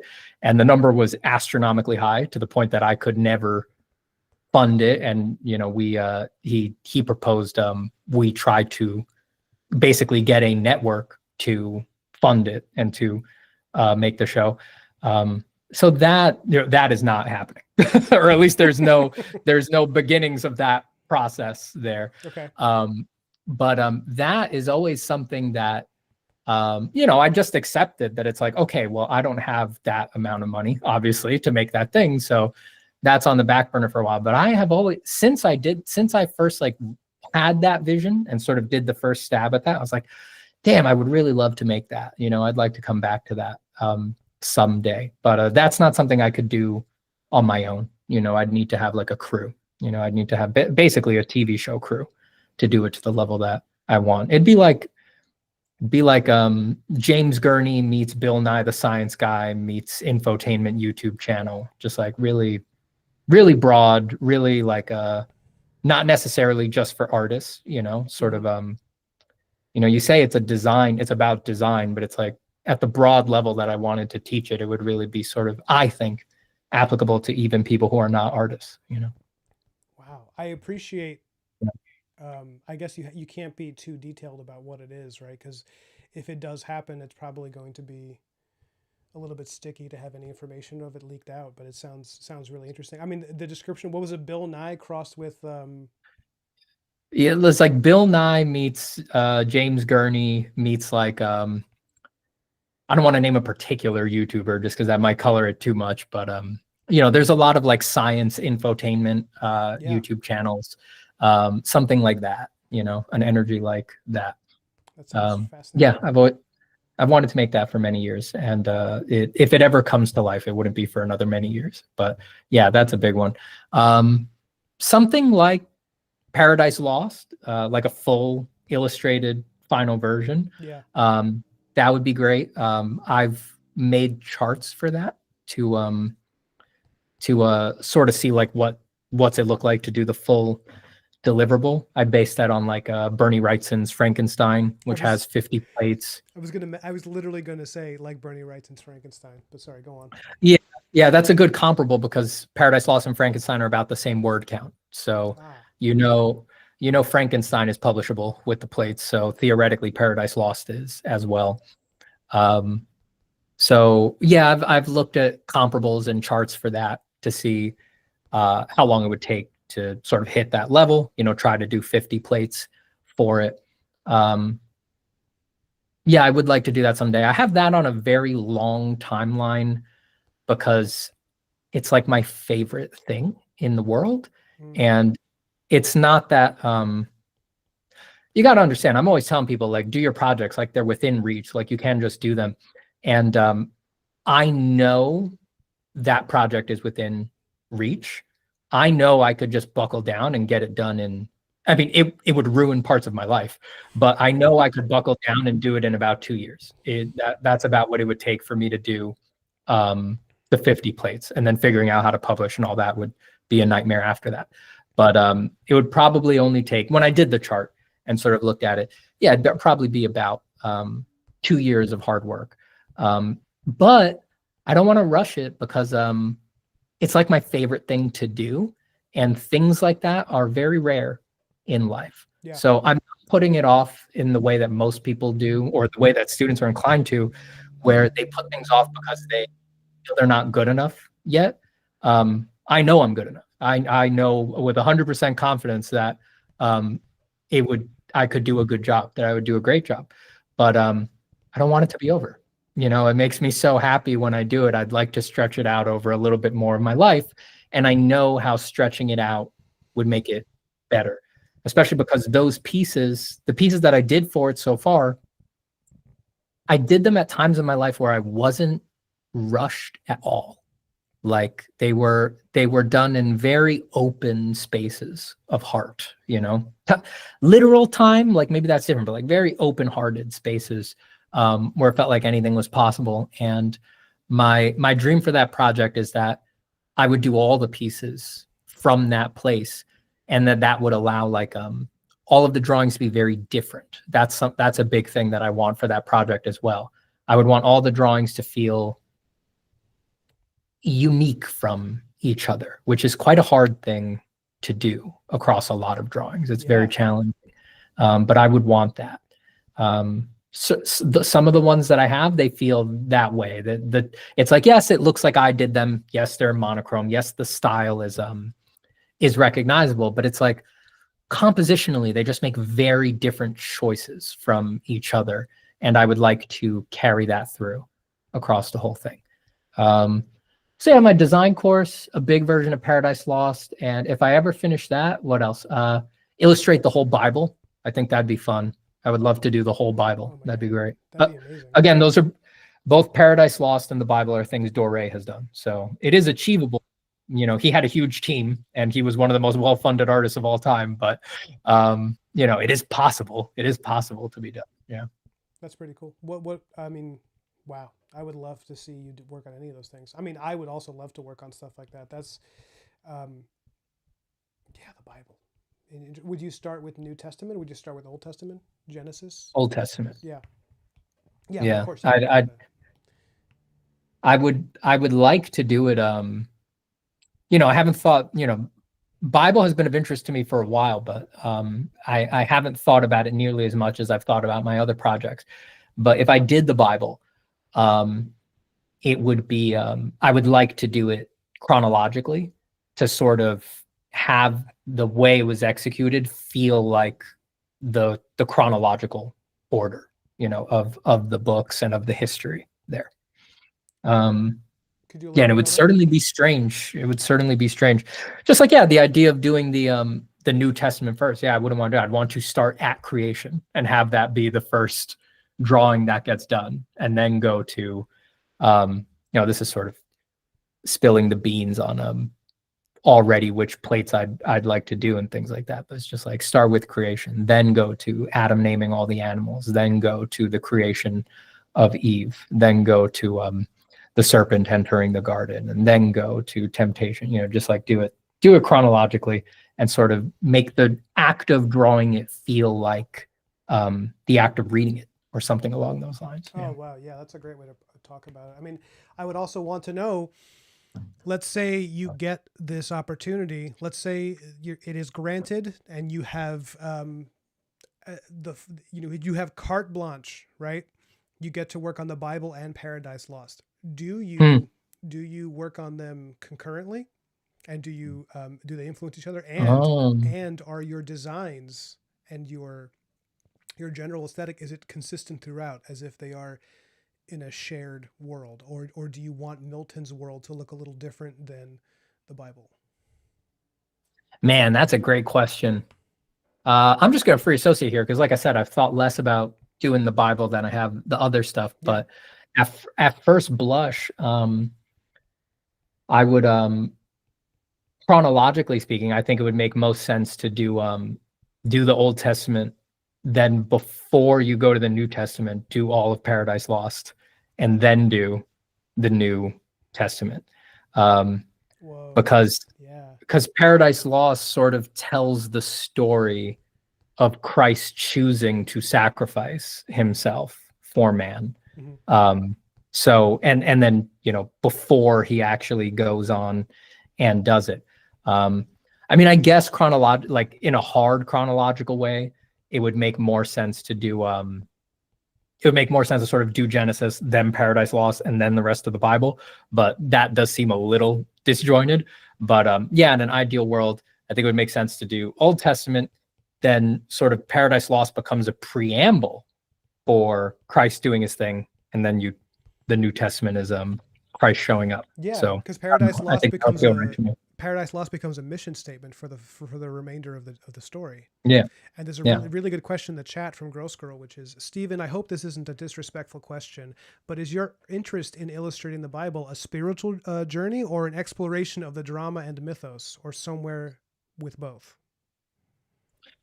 Um, I think it's a mix between both. I mean, I think it's hard to answer questions like that without just like putting your ontological cards on the table. Like, I don't consider myself a Christian Hmm. in the way that most people would. I mean, I believe some very far out things, and through some quite tortured interpretation, you know, there's a tortured interpretation where, someone could say, oh, Stephen's a Christian, or oh, Stephen believes in God, but not in the way people generally use those words. Not at all. If I'm perfectly honest with myself, I think most people, if they looked at what I believe, most people would say, fuck you. You're not a Christian, and you don't believe in God. So um, it's spiritual interest, and certainly my interest there must be intense for me to be willing to put work into illustrations and drawings and things like that. But Hmm. it's not a directly religious interest. Um, it's not like I want to draw the Bible to, I don't know why, I was going to say like for maybe the reasons that other people have illustrated it, but can't really speak to their reasons Yeah. on the deepest level. But I look at someone like William Blake, right? Who, if you read Blake's writings, and Blake did illustrate a lot of the Bible and Paradise Lost and Dante's Inferno. So again, I'm in sort of my desires are sort of within a lineage there. But Blake believes some very far out things. Hmm. He never positioned himself as a spiritual person or as like a spiritual leader or something. But a lot of Blake's beliefs would have, they got lesser men burned at the stake for less eloquent ways of putting them. So, Yeah. I feel a lot of empathy there, a lot of artistic empathy there with people like Blake and things like that. It's just like, I may not necessarily believe it in the traditional sense, but I'm open to the intense cultural and spiritual weight of such a thing. And at a certain degree, it's like it's less about my interaction with those things. I just want to see how art interacts with those things. Art as a separate entity. It's just like, it's just in there. It's in me, and it feels that call. It's like I need not judge that so much through my own personal lens. It's just like it wants to do it. I think there would be something there. Yeah, and if I can offer my analysis of Stephen's work, and what I get, the impression I get is that he's someone who is searching through his art. Mhm. Would you say that that's true? Yeah, absolutely. Yeah, I find art to be a means of exploration. Often a brutal one, very Yeah, brutal exploration. because it's like I mean, my whole thing with it is like it's this constant um, tug of war between your rational mind, which for a lot of people tends towards gross materialism, um, Mhm. and also then this intrinsic understanding that we are not just meat and bone, and trying to reconcile that with the gross materialist half of your brain, like trying to make those things work together in concert. Um, but yeah, I don't know. I mean, I think appreciating, I mean, it's like even if you're someone who's not religious, the Bible is a pretty fantastic, interesting book. It's like it's a Yeah. very engaging piece of writing. So, and I Yeah. think the same is true And of Paradise Lost. It's yeah, and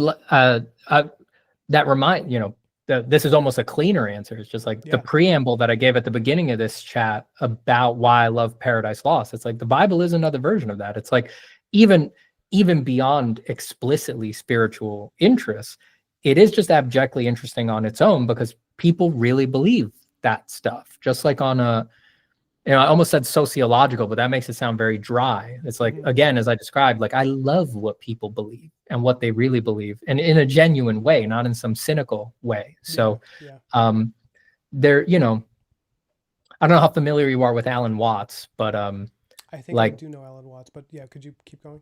Maybe I'll remember. yeah, he was like a spiritual speaker from like the 60s and 70s. He was very popular. He's a big influence on me. Um, and he was in turn very influenced by like Joseph Campbell, right?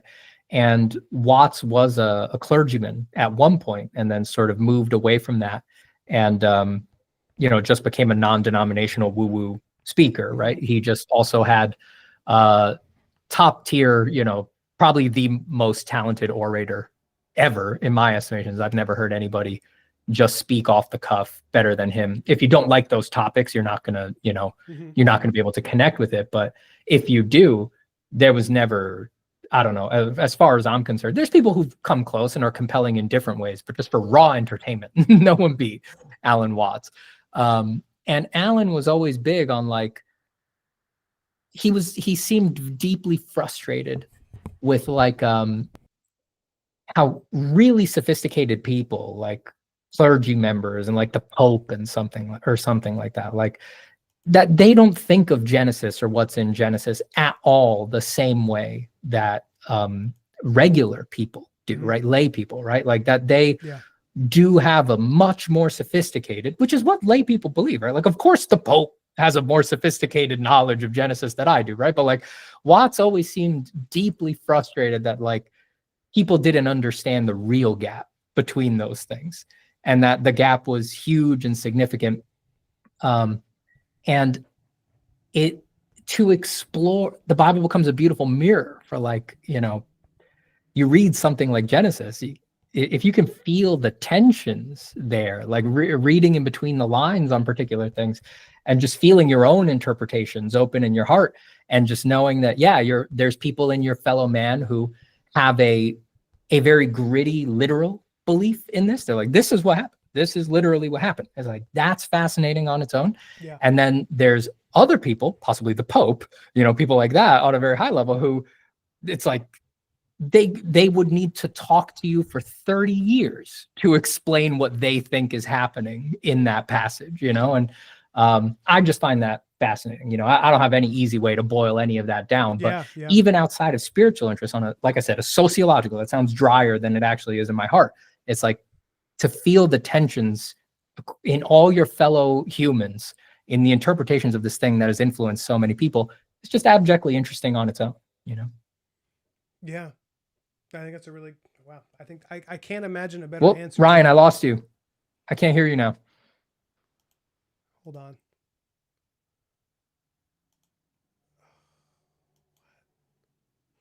Why? Why?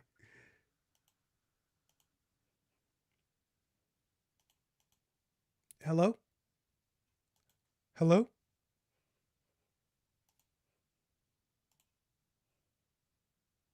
I think the chat can still hear you because they haven't said anything, but for some Am reason I I back? can't hear Am I you. back? You are back. Okay. Yeah. For some reason, Google's having some serious problems, guys. I'm sorry, but I'm back. I tried to reset the mic, so hopefully it's better. Oh my goodness, it's getting in the. Damn Google. Yeah, I apologize to anybody who's frustrated by it. Hopefully it won't be like this forever. But you know, for all we know, this is the new reality. Guy says the volume dropped like me passing through a banana peel. Wow, that's incredible. I have to think about that for a while, Guy. You've given us We're something going to to be ponder. internalizing this for a long time. Yeah. Yeah, I have to go sit by a lake and feed some pigeons and think about what you just said. Um, but yeah, I mean, so something I also noticed. I want to pivot a little bit, and also I don't know how much time you have. Are you cool to hang out for a little more? Do you need to go or what? Yeah, I'd say I'd have to leave at like 4. So I've got at least another half hour here. Great. I Yeah. really appreciate it. I'm having a really good I don't time. know how much time you have. We don't need to use all that time, but yeah, I, that's probably when I'd have to go. I live in this chair, so don't worry. The something I noticed on some of your streams, and so for me, I've been doing this for a while. I've only started recently engaging with people in streams in the past few months, so I'm starting to, Hmm. as the audience has been growing, um, I'm getting some patterns, and I think you've encountered them too, which is Mm. this weird thing of young artists asking permission to try certain things, Oh, yeah. and I have tried to hide my frustration because you know it's a young person asking you something, and some of them aren't even young, but like they ask you something and they're being sincere, but there's a part of me that's like, why are you asking me? Like I don't get to tell you what you have to do when you draw. Like come on, man. Like I Yeah. you know, like you want to almost like when you're pumping someone up, you like shove them, like come on, like you want to, like that's kind of Yeah. how I feel. And I see that a lot of like young artists, especially like coming into the streams and being like, you know, Ryan, is it okay to try this technique? Like when I'm doing Procreate, would it be okay to like, if someone asked if I'm doing sketches in Procreate, does the paper in the background have to be white, or can I change the background to like a different color to draw on just to like get a, Right. and I was like, you can do whatever you want. Like, Yeah. and you know, some of it is this hierarchy of like, oh, well, he's a professional, so I'm going to ask him, but it's like, yeah, but like, who cares? Who like it doesn't matter that someone else is getting paid and you're not yet. Like it doesn't mean they get to instruct how you learn, or, and I'm wondering what you think that is. Like, why do you think it's just people seeking something? They're looking for a validation. They're looking, I think in general, people are looking for signs that what they're doing is okay. That's why advertising is so effective. Yeah. But I'm wondering what you think of it, because you spent a lot more time with that. So Yeah. I'm glad you asked this because I have a lot of thoughts about this.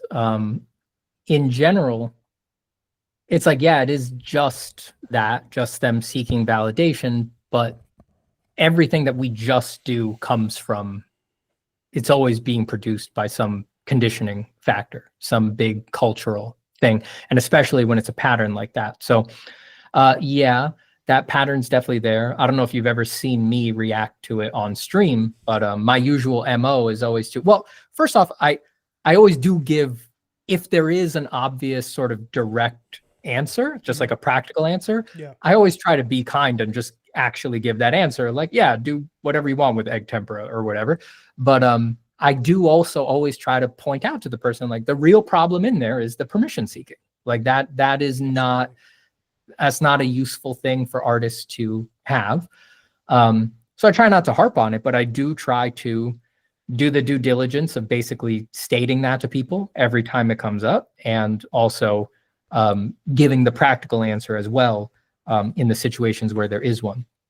But I think that that trend, that pattern, is being built up by a lot of, I mean, I can't know for sure, but I think there's a lot of things in the world that are generally good on their surface, but that they're affecting certain groups of people certain ways. Like you said, a young artists get this a lot, right?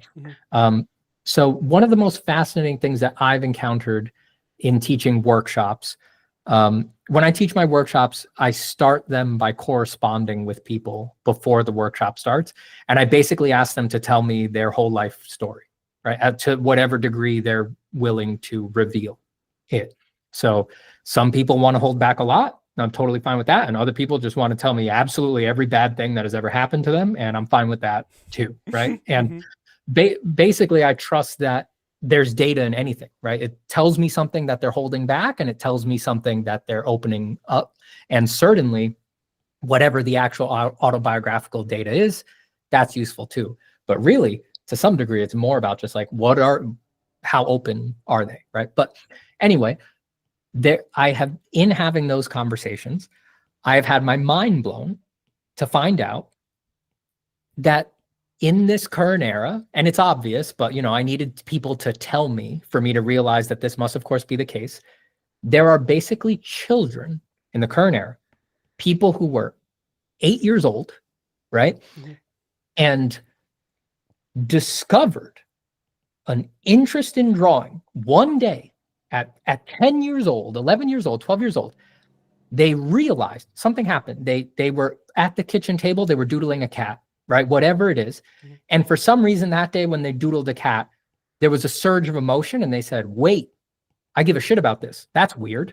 Wait, I like drawing. That's weird. And I think a lot of us as artists, we have a vague memory or story in our head of like that moment where we realized it was interesting or that we really liked it, right? Yeah. There are now kids who had that feeling, and then within minutes, they went to YouTube and searched how to draw.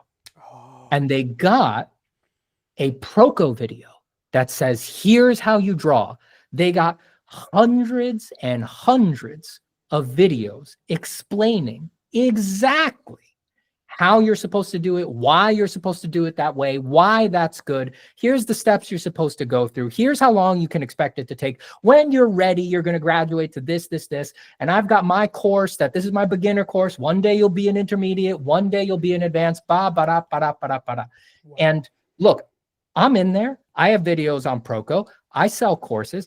Those things are useful in general, but it has an impact when that much information and information that is presenting itself as codified and structured is being presented nakedly to young people who have never thought about this before, right? Now, as I say more, I want to be very clear that I am not saying this from a moralizing place. I'm not saying that the way that it went for me is better and what the kids are going through now is bad. That's not what I'm saying, right? It's just about imbalances, right? Neither approach is inherently good or bad. It's just that approaches have their benefits and their drawbacks, right? And I think that the drawbacks are being ignored a lot in the current era. So when I was a kid, and I expect it was likely the same for you, when I realized that I wanted to draw and that I liked drawing, it's not that I had to make a focused choice to not go watch Proco videos. They didn't exist. Yeah. There was no option. There was no master artist living down the street that I could ask questions to. I had an interest, and the nature of my culture and technology and the world around me forced me to sit and draw happily for years with no structure. And just questions that I had to try to answer myself. I just had to follow my own little heart, and there was fucking nobody to ask. I just, if I was wondering about something, I had to sit and think and be like, how might I do that? And I would experiment and try things and fail and fail and fail and fail and fail and fail and fail. And then every now and then I'd get a success and I'd be like, oh my God, you can deduce things and you can reason things out and you can find things out. And I just had this autobiographical fact that I didn't need anybody to tell me how to do anything. I could figure it all out, and that definitely created my personality early on. That definitely created a significant part of my personality. I still feel that independent streak day to day. That's just like hardwired into my nervous system.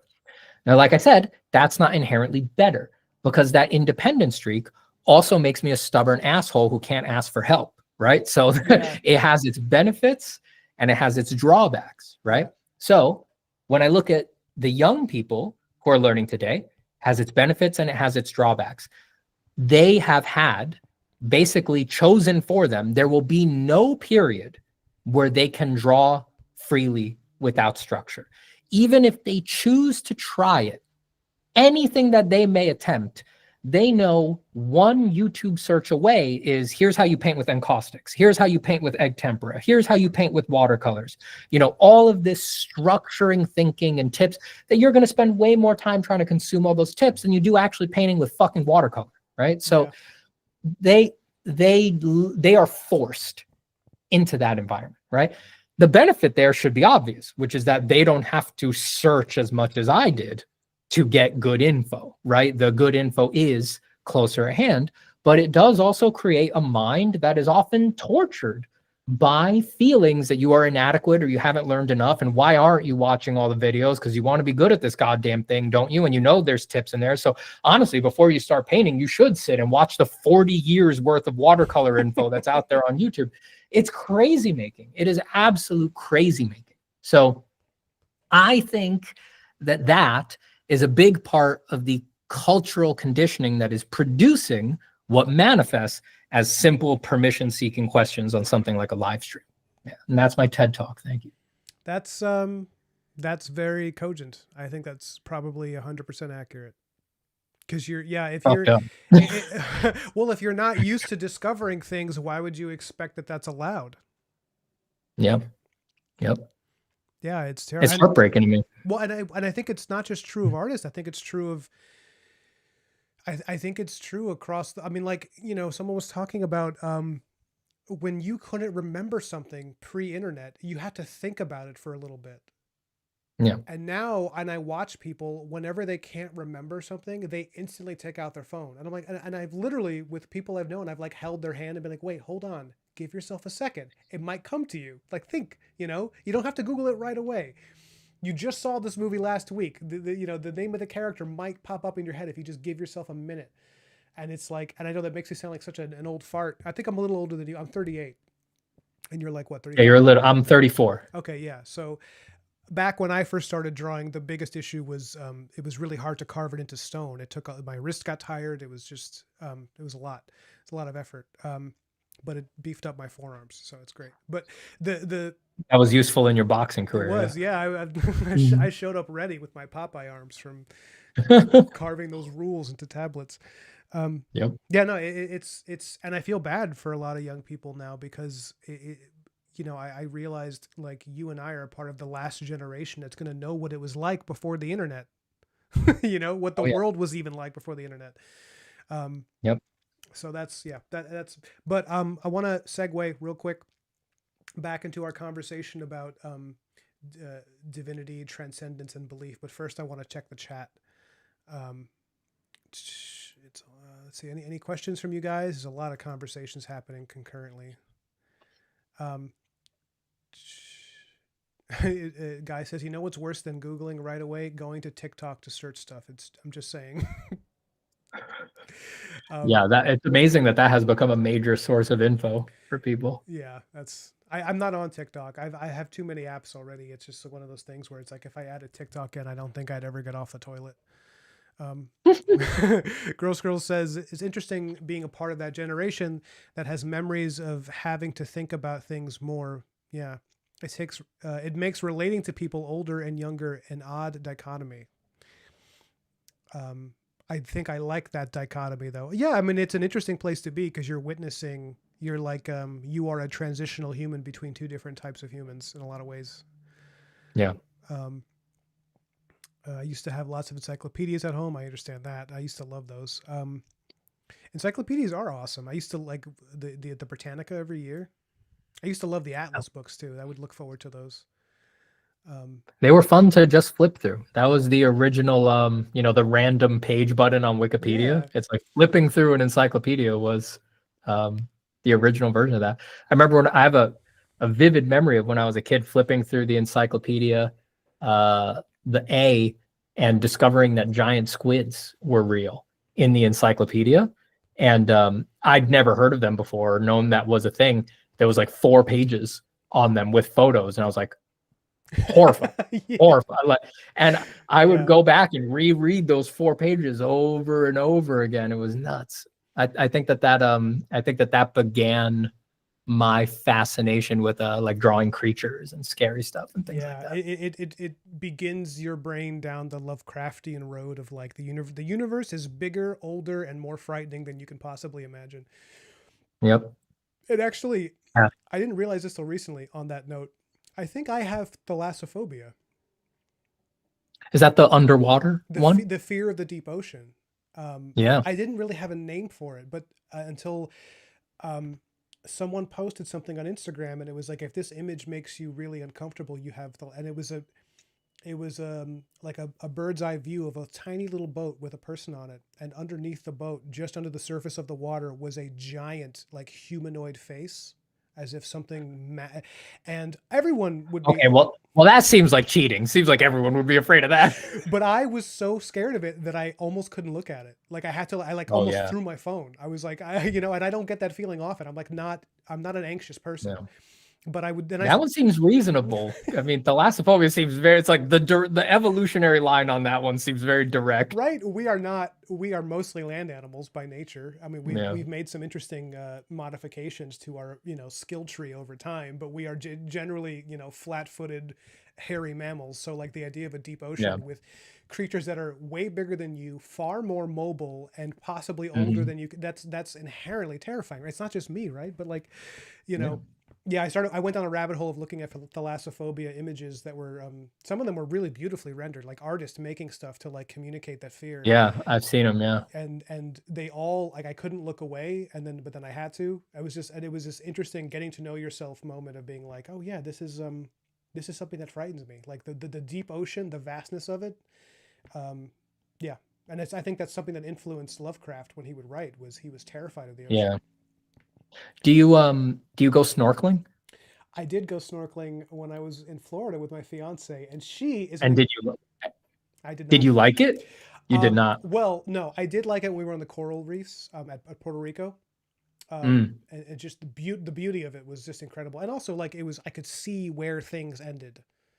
That's what I wanted to bring up. Yeah, because I'm like any or like a lot of people. Like if I'm at the beach, like I feel vaguely uncomfortable if I'm out in deep water and I can't see under me. But it's like snorkeling is no problem because it's just clear. You Yeah, can see everything, and even if there's fish and stingrays down there, it's like that. It really comes down to like, do you have clarity of vision? Can you actually see what's going on? And in that situation, suddenly the water is no problem. Then I'm just yeah. happy to be there. I mean, that makes me like, I could get over the discomfort. I think where I ended up realizing I was like, I think I'm gonna have a fucking panic attack, was when we were in Florida in the middle of the open ocean with nothing for miles, and I've never tried that. I wonder. I and wonder about that. and my fiance is like she is an incredible swimmer. She grew up swimming, so she like dives in, and just you just see her. She would be under the water for 2 minutes at a time, pop up, zip around. She's like Cool. she's practically an amphibious creature, and I'm this Cool. like big plodding mammal, like with my homunculus body walking into the water and being like, Yeah. I don't like it here.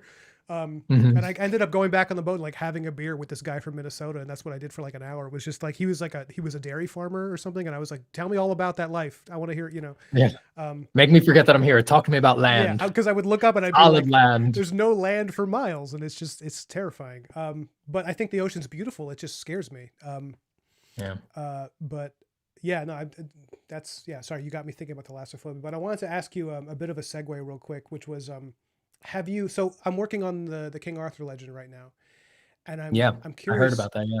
how much of that how much of that, like, are you familiar with it as a reader? Almost nothing. No, I really know almost nothing about it. I'd be fascinated to hear more. But yeah, I got to say that I really know very little about the Arthurian legends. Yeah, well, because some of the things that you've brushed up on, and the topics you've discussed, I actually feel like you would probably find it pretty interesting. Um, but it's the sword and the stone. Everybody knows that story. Mhm. The thing that I'm thinking about a lot, which I'm finding really interesting, is something I didn't know, which was that the story of King Arthur is much older than I thought. It's actually it dates back to like pre-Christian Europe. Sorry, I'm trying to correct my camera. Oh, that's Oh, okay. but I guess that doesn't matter because I'm not on the thing. I'm all good. All right, sorry. Keep going. No, It it's dates okay. back pre-Christian? Yeah, it's like early pre-Christian Europe. Like it was originally like I think it was Welsh, and it was all stuff I was learning while I was working, like researching, getting ready to work on this because I was so amped to get started Yeah. on it.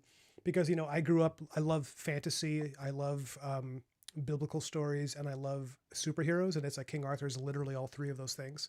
He's like the original Western concept of the heroic myth, Nice. but the myth changed a lot as society became more Christian, which I thought was super interesting. So like, yeah, so the story dates back to like, yeah, like Welsh or like Celtic. It's like a mix of all these different things. But the original conception of Arthur, so the Christian conception of it that dominated the Western story was that he was like this exemplary king because he had this incredible might, but unlike other kings of the Middle Ages, he is a fantasy of justice. He's like a king who is striving for moral perfection, which was a Mm, big deal at the time that stories were originally conceived because nobody was because the Middle Ages were right. kind of a bloody mess. So you could see why that would take hold of a population and it would become like their preferred fiction that they would engage in. But Yeah. the original story of it, he was not a hero. He was like, it was actually very similar to other traditions of what we would, the term hero is very loose. It was the idea of like, like Hercules, for example, is kind of an anti-hero by today's standards. He can be Sure. Yeah. arrogant and brusque. Yeah, sorry, go on. I was gonna say, or like Achilles or Beowulf or something like that. Ex- Like they're Precisely. they're not they're not our current conception of hero. Yeah. Yeah, so a lot of the before there was even writing in Europe, the stories of King Arthur were more like it was like pronounced differently. His name was like Arthur or something, and it was essentially he was like a blood-drenched conqueror. And the stories were like it was we had a very different perception of morality where it was like how cool is this guy for being a badass. It was like that. It was just like he's so Yeah. strong, isn't that awesome? There was Might no makes right. yeah, exactly. And then Christianity, and I'm not saying Christians always follow this, but obviously there's a complex history of every religion. But just pointing out that I found interesting that once the Christian myths, the Christian stories take hold of the continent, they repackage the Arthur story as a character who is special because he's heroic, Mm. because he's compassionate, and because he like, and so that blew my mind because I was like, oh, now I have an opportunity to repackage the story. My package sounds very commodifying, but to Mhm. sort of take the story and filter it through what I find interesting, which is the clashing of two flawed but ultimately beautiful cultures, which is pre-Christian Mm. and post-Christian culture, and the idea that Arthur is both a Celt and a Christian, and that he's like uniting that in his kingdom and trying to create peace between the two cultures. Cool. Which is like a bit ambitious to write. I don't know that I'm equal to that task as a writer, but I want to try it. It's a great hook, I think. Yeah, yeah, so that's what's been interesting to Awesome. me, and it's something that I'm thinking about, and also it gives me a lot of license to have aspects of the story that are based on biblical ideas, and then other stuff that's like pre-Christian pagan myth, and then creating a hodgepodge of the two. Um, Yeah. but yeah, it's been on my mind, and whenever I have, No, I yeah, go on, please. keep going. I didn't mean to cut you off. No, I Go was right just gonna say ahead. whenever I have Dan Warren on, he's really into the King Arthur story, so he and I will just talk about it for like 2 or 3 hours, and then I look around and everybody's gone. But Yeah, no, I love I'm generally interested in just like the nature of herodom and the way that our myths influence yeah, our lives and the for me when I say the way that our myths influence our lives, I don't even mean in the stories that we tell, because I think that even when we start telling stories, we're really layered with bullshit, basically, which mm-hmm. is another story. But like our myths affect our intuitions, right? Our myths, and they affect our intuitions all the way down. It's like Mm. your intuitions being sort of the very first emotional, even more primordial than emotions, just like the first stance towards an action or towards a feeling, either in terms of what someone else did or what you're going to do. It's like our myths drive that, Yeah, those ground floor images. So, um, yeah, the what is heroic and what is right and wrong and questions of morality are some of the most powerful, as I see it, images, right? And images are crafted. You know, we're artists, so we're very sensitive to that, and they affect the intuitions of everybody. I mean, we've been talking about Paradise Lost a lot, but it's like you read Paradise Lost, it is very hard as a modern person to not love Satan. He is awesome. He is just he's so like abjectly interesting, Mm-hmm. throughout the book. And he's just like so open with his feelings, and, he feels resentful and he feels put upon. And I think that that's something that a lot of us can relate to in the current era. And certainly a lot of our discourse Mm-hmm. day to day, not to get too explicitly political or anything like that, but most of our discourse these days is just people saying, well, I feel put upon this way, and other people saying, well, I feel put upon that way, and that's all the devil's got in Paradise Lost. And God damn it, put so well it doesn't seem so bad, does it? In Milton's words, it's just beautiful, and it gets elevated to the level of heroics just by how flowery the prose is. Flowery doesn't do it justice. He's like the perfect mix of over embroidered and yet somehow super impactful. But yeah, it's very hard as a modern person to not like Satan. And I've seen analyses of Paradise Lost that say that that was sort of an intentional joke or a challenge that Milton was presenting in his time, and even in his time. And I have to say, I'm not too sure about that. If I take seriously the idea that Milton thought what he was writing was revealed, was divinely inspired, then I don't know. For me, at least, it makes more sense that in his time, in his culture, that was just a bad way to act and a bad way to feel and a bad way to express yourself. And that in the time he wrote it, Satan probably was just kind of gross, right? And it's like with modern eyes, we see Satan as this somewhat more relatable character. Again, a lot of academics would disagree with me there. There's enough ink has been spilled on people saying that Satan is intentionally written that way for that meta literary effect on the reader. I don't know. I'm just saying that I can't. And it's interesting either way. It's interesting either way to me. But for me, the heroics sorry, of go that. on. Please keep going. I didn't mean to interrupt you. Well, I was just going to say that it is very interesting on that meta literary level, just like that Satan does feel like Achilles in the Iliad, right? Like Achilles in the Iliad feels put upon. Look, he begins put upon. He says the army and my general, they're oppressing me and they're exploiting me and they're not giving me the proper treasures for my station, and the book begins with him denying his general's orders, and his Aristeia, his moment of heroic climax, is him shouting his barbaric yawp over the entire battlefield and basically just screaming his indignation at the loss of everything. He's lost a lot at that point.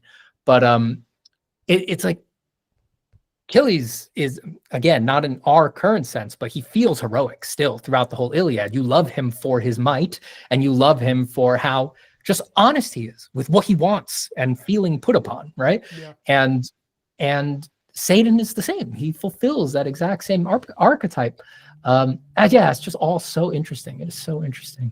Well, Satan in that story, I do think. I think an argument could definitely be made that it was intentional, or on both ends, because he does represent.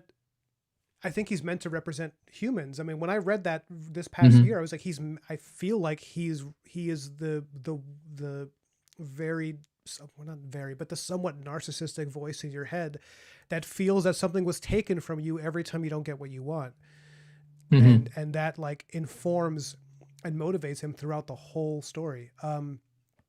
But I think he does become less sympathetic over time. Like I think when you get to that third act of the book, and he literally introduces the concept of lying, and you're like, oh, this is like the first lie, which is such an incredible moment. And how the angels don't even know they can't read that in him. They're like, what, like, why would that not be true? And it's like, I don't remember if it's the angels or if it's Adam and Eve, but I remember the sequence. But either way, it's like that is when it felt when I was reading the book like it was a moment of shaming me for having empathized with him earlier in the Yeah. story, which is a Yeah. really complex relationship to have with a character and with a narrative surrounding a character. But it really makes you believe that like this is the origin of evil, and that Hmm. it came from a place that's highly relatable. Just like most forms of evil, they come from a place that seems fairly innocent at first, but it's like a series of moral compromises that eventually get you to a place where you can't really look back at where you were and see it the same way, you know. Um, Yeah. but listen, I know you have to go soon. So on that note, I want to thank you for your time. This has been enormously fun, and please address the chat in any way you like before you kick the boots on and head out. All right, let's see. What can I end on here? Well, it's been a pleasure. Thank you for having me, Ryan. I appreciate it. Yeah, I'm very glad that we got to talk about something like Paradise Lost for a good amount of time there. Feels like a lot of my conversations lately are like AI and stuff like that. And we managed to Yeah, avoid that on this one and just talk, yeah, the lofty things, morality, heroes throughout history. yeah, Um, um, yeah, I mean, explore those things with art. You know, that's what I would say to everybody in the chat. You know, just to make um, a general statement for people. Um, you know, all of these things can be looked for and explored and felt through in art, and I think that we're going to need more and more of that as time goes on. You know, like a lot of the themes that we were talking about, like people very young finding, you know, videos and things like that that sort of start putting in these permission seeking feelings, or like everything is supposed to be perfectly structured. And it's like that is not what art is about, right? That is not what art is. That is a current, like everything we've discussed, a current cultural lens for how drawing is engaged. But that's not really what drawing is. I don't think ever anyone really knows what art is or what drawing is. And I think that it's a very sophisticated process for exploring these very lofty things. That is what art was for most of our history. And in some sense, it's only now that we are living in this weird benighted age where people think art is very small and that it's very pretentious to engage those ideas. And that it's very pretentious for artists to think about morality and talk about God and talk about consciousness and spirituality and have anything sort of like a literary analysis of anything, right? Like these days, weirdly, everybody feels that is not the purview of artists and that it's cringe to do that, and that you should be drawing, you know, the purview of an artist is to draw sexy anime girls, and like let's focus on that, right? And certainly, look, that is the purview of artists, and there's few other, who else is going to do it, right? It's got to be us. Someone's got to do it. It's got to be us. But we have to remember that that's not what art was for most of our history. yeah, If sexy anime girls had existed, you better believe Michelangelo would have drawn some, but they didn't at the time. For most of our history, it was the lofty, pretentious thing. And that is the thing that drives art underneath. And when you make contact with art as a way to explore those things, it doesn't have to be in a didactic, moralizing way. It doesn't mean you have to have a statement to say like that. But you know, if you listen to the energy that Ryan has for his work and for these themes, and that I have for my work and these themes, connecting with that is a bottomless source of energy for making your work. And that energy is thin on the ground these days. People are mostly burnt out, mostly exhausted, mostly lost, mostly confused. And it's because they're just focusing on that current kind of horseshit cultural paradigm for what drawing is, which is very shallow. It's very, very shallow to think that drawing is about improvement for no other reason, and that you do that by doing A, B, C, D, E, F. That will take up 3 years of your life before you've exhausted it, and then you'll want to be done with it. You'll hate it. You need to get off that as soon as possible and get back to thinking about the pretentious and lofty things and just owning it, because that is what artists were supposed to do. That's what they always did. Since we were shamans in the cave and we were drawing bears on cave walls that the hunters would then trace with pebbles, and if they didn't bring back any meat, guess whose blood was on the walls? It was ours. There were stakes, baby. That's what art has always been about. So we got to get back to that. We got to get back to that. Yeah. That's my closing statement there. I no arguments. The defense rests. That's great.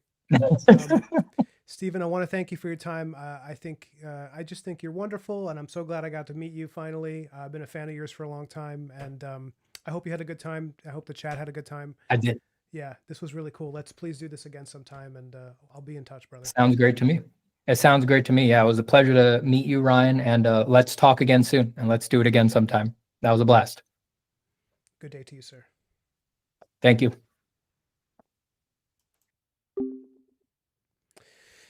All right, guys, I'm going to go and take this sick cat to the vet. Something that we have to do tonight. This cat is very sick. So we've been trying to give it antibiotics, but we're going to have to give it a shot because it's not eating the food with the antibiotics in it. And we're very stressed about it. And I tried to fit in this stream. But I love it. God bless you for showing up. This was a hoot. I hope the new people who came here because they know Steven, I hope they had a good time. And Gross Girl was so kind to say that if you like the video, guys, please like, subscribe, all that stuff that they always ask, because it does help, and I will make more. And I'm having a blast doing these. So you guys, everybody have a good one. Stay warm if you're here in the cold places. Oh, thanks, Steven. Oh, look at all you. Thank you guys, all your concern for the cat. But bye-bye. I'll see you tomorrow probably for a long stream, maybe with Dan Warren if I can get him back on this week. I know he's busy too. Bye, guys.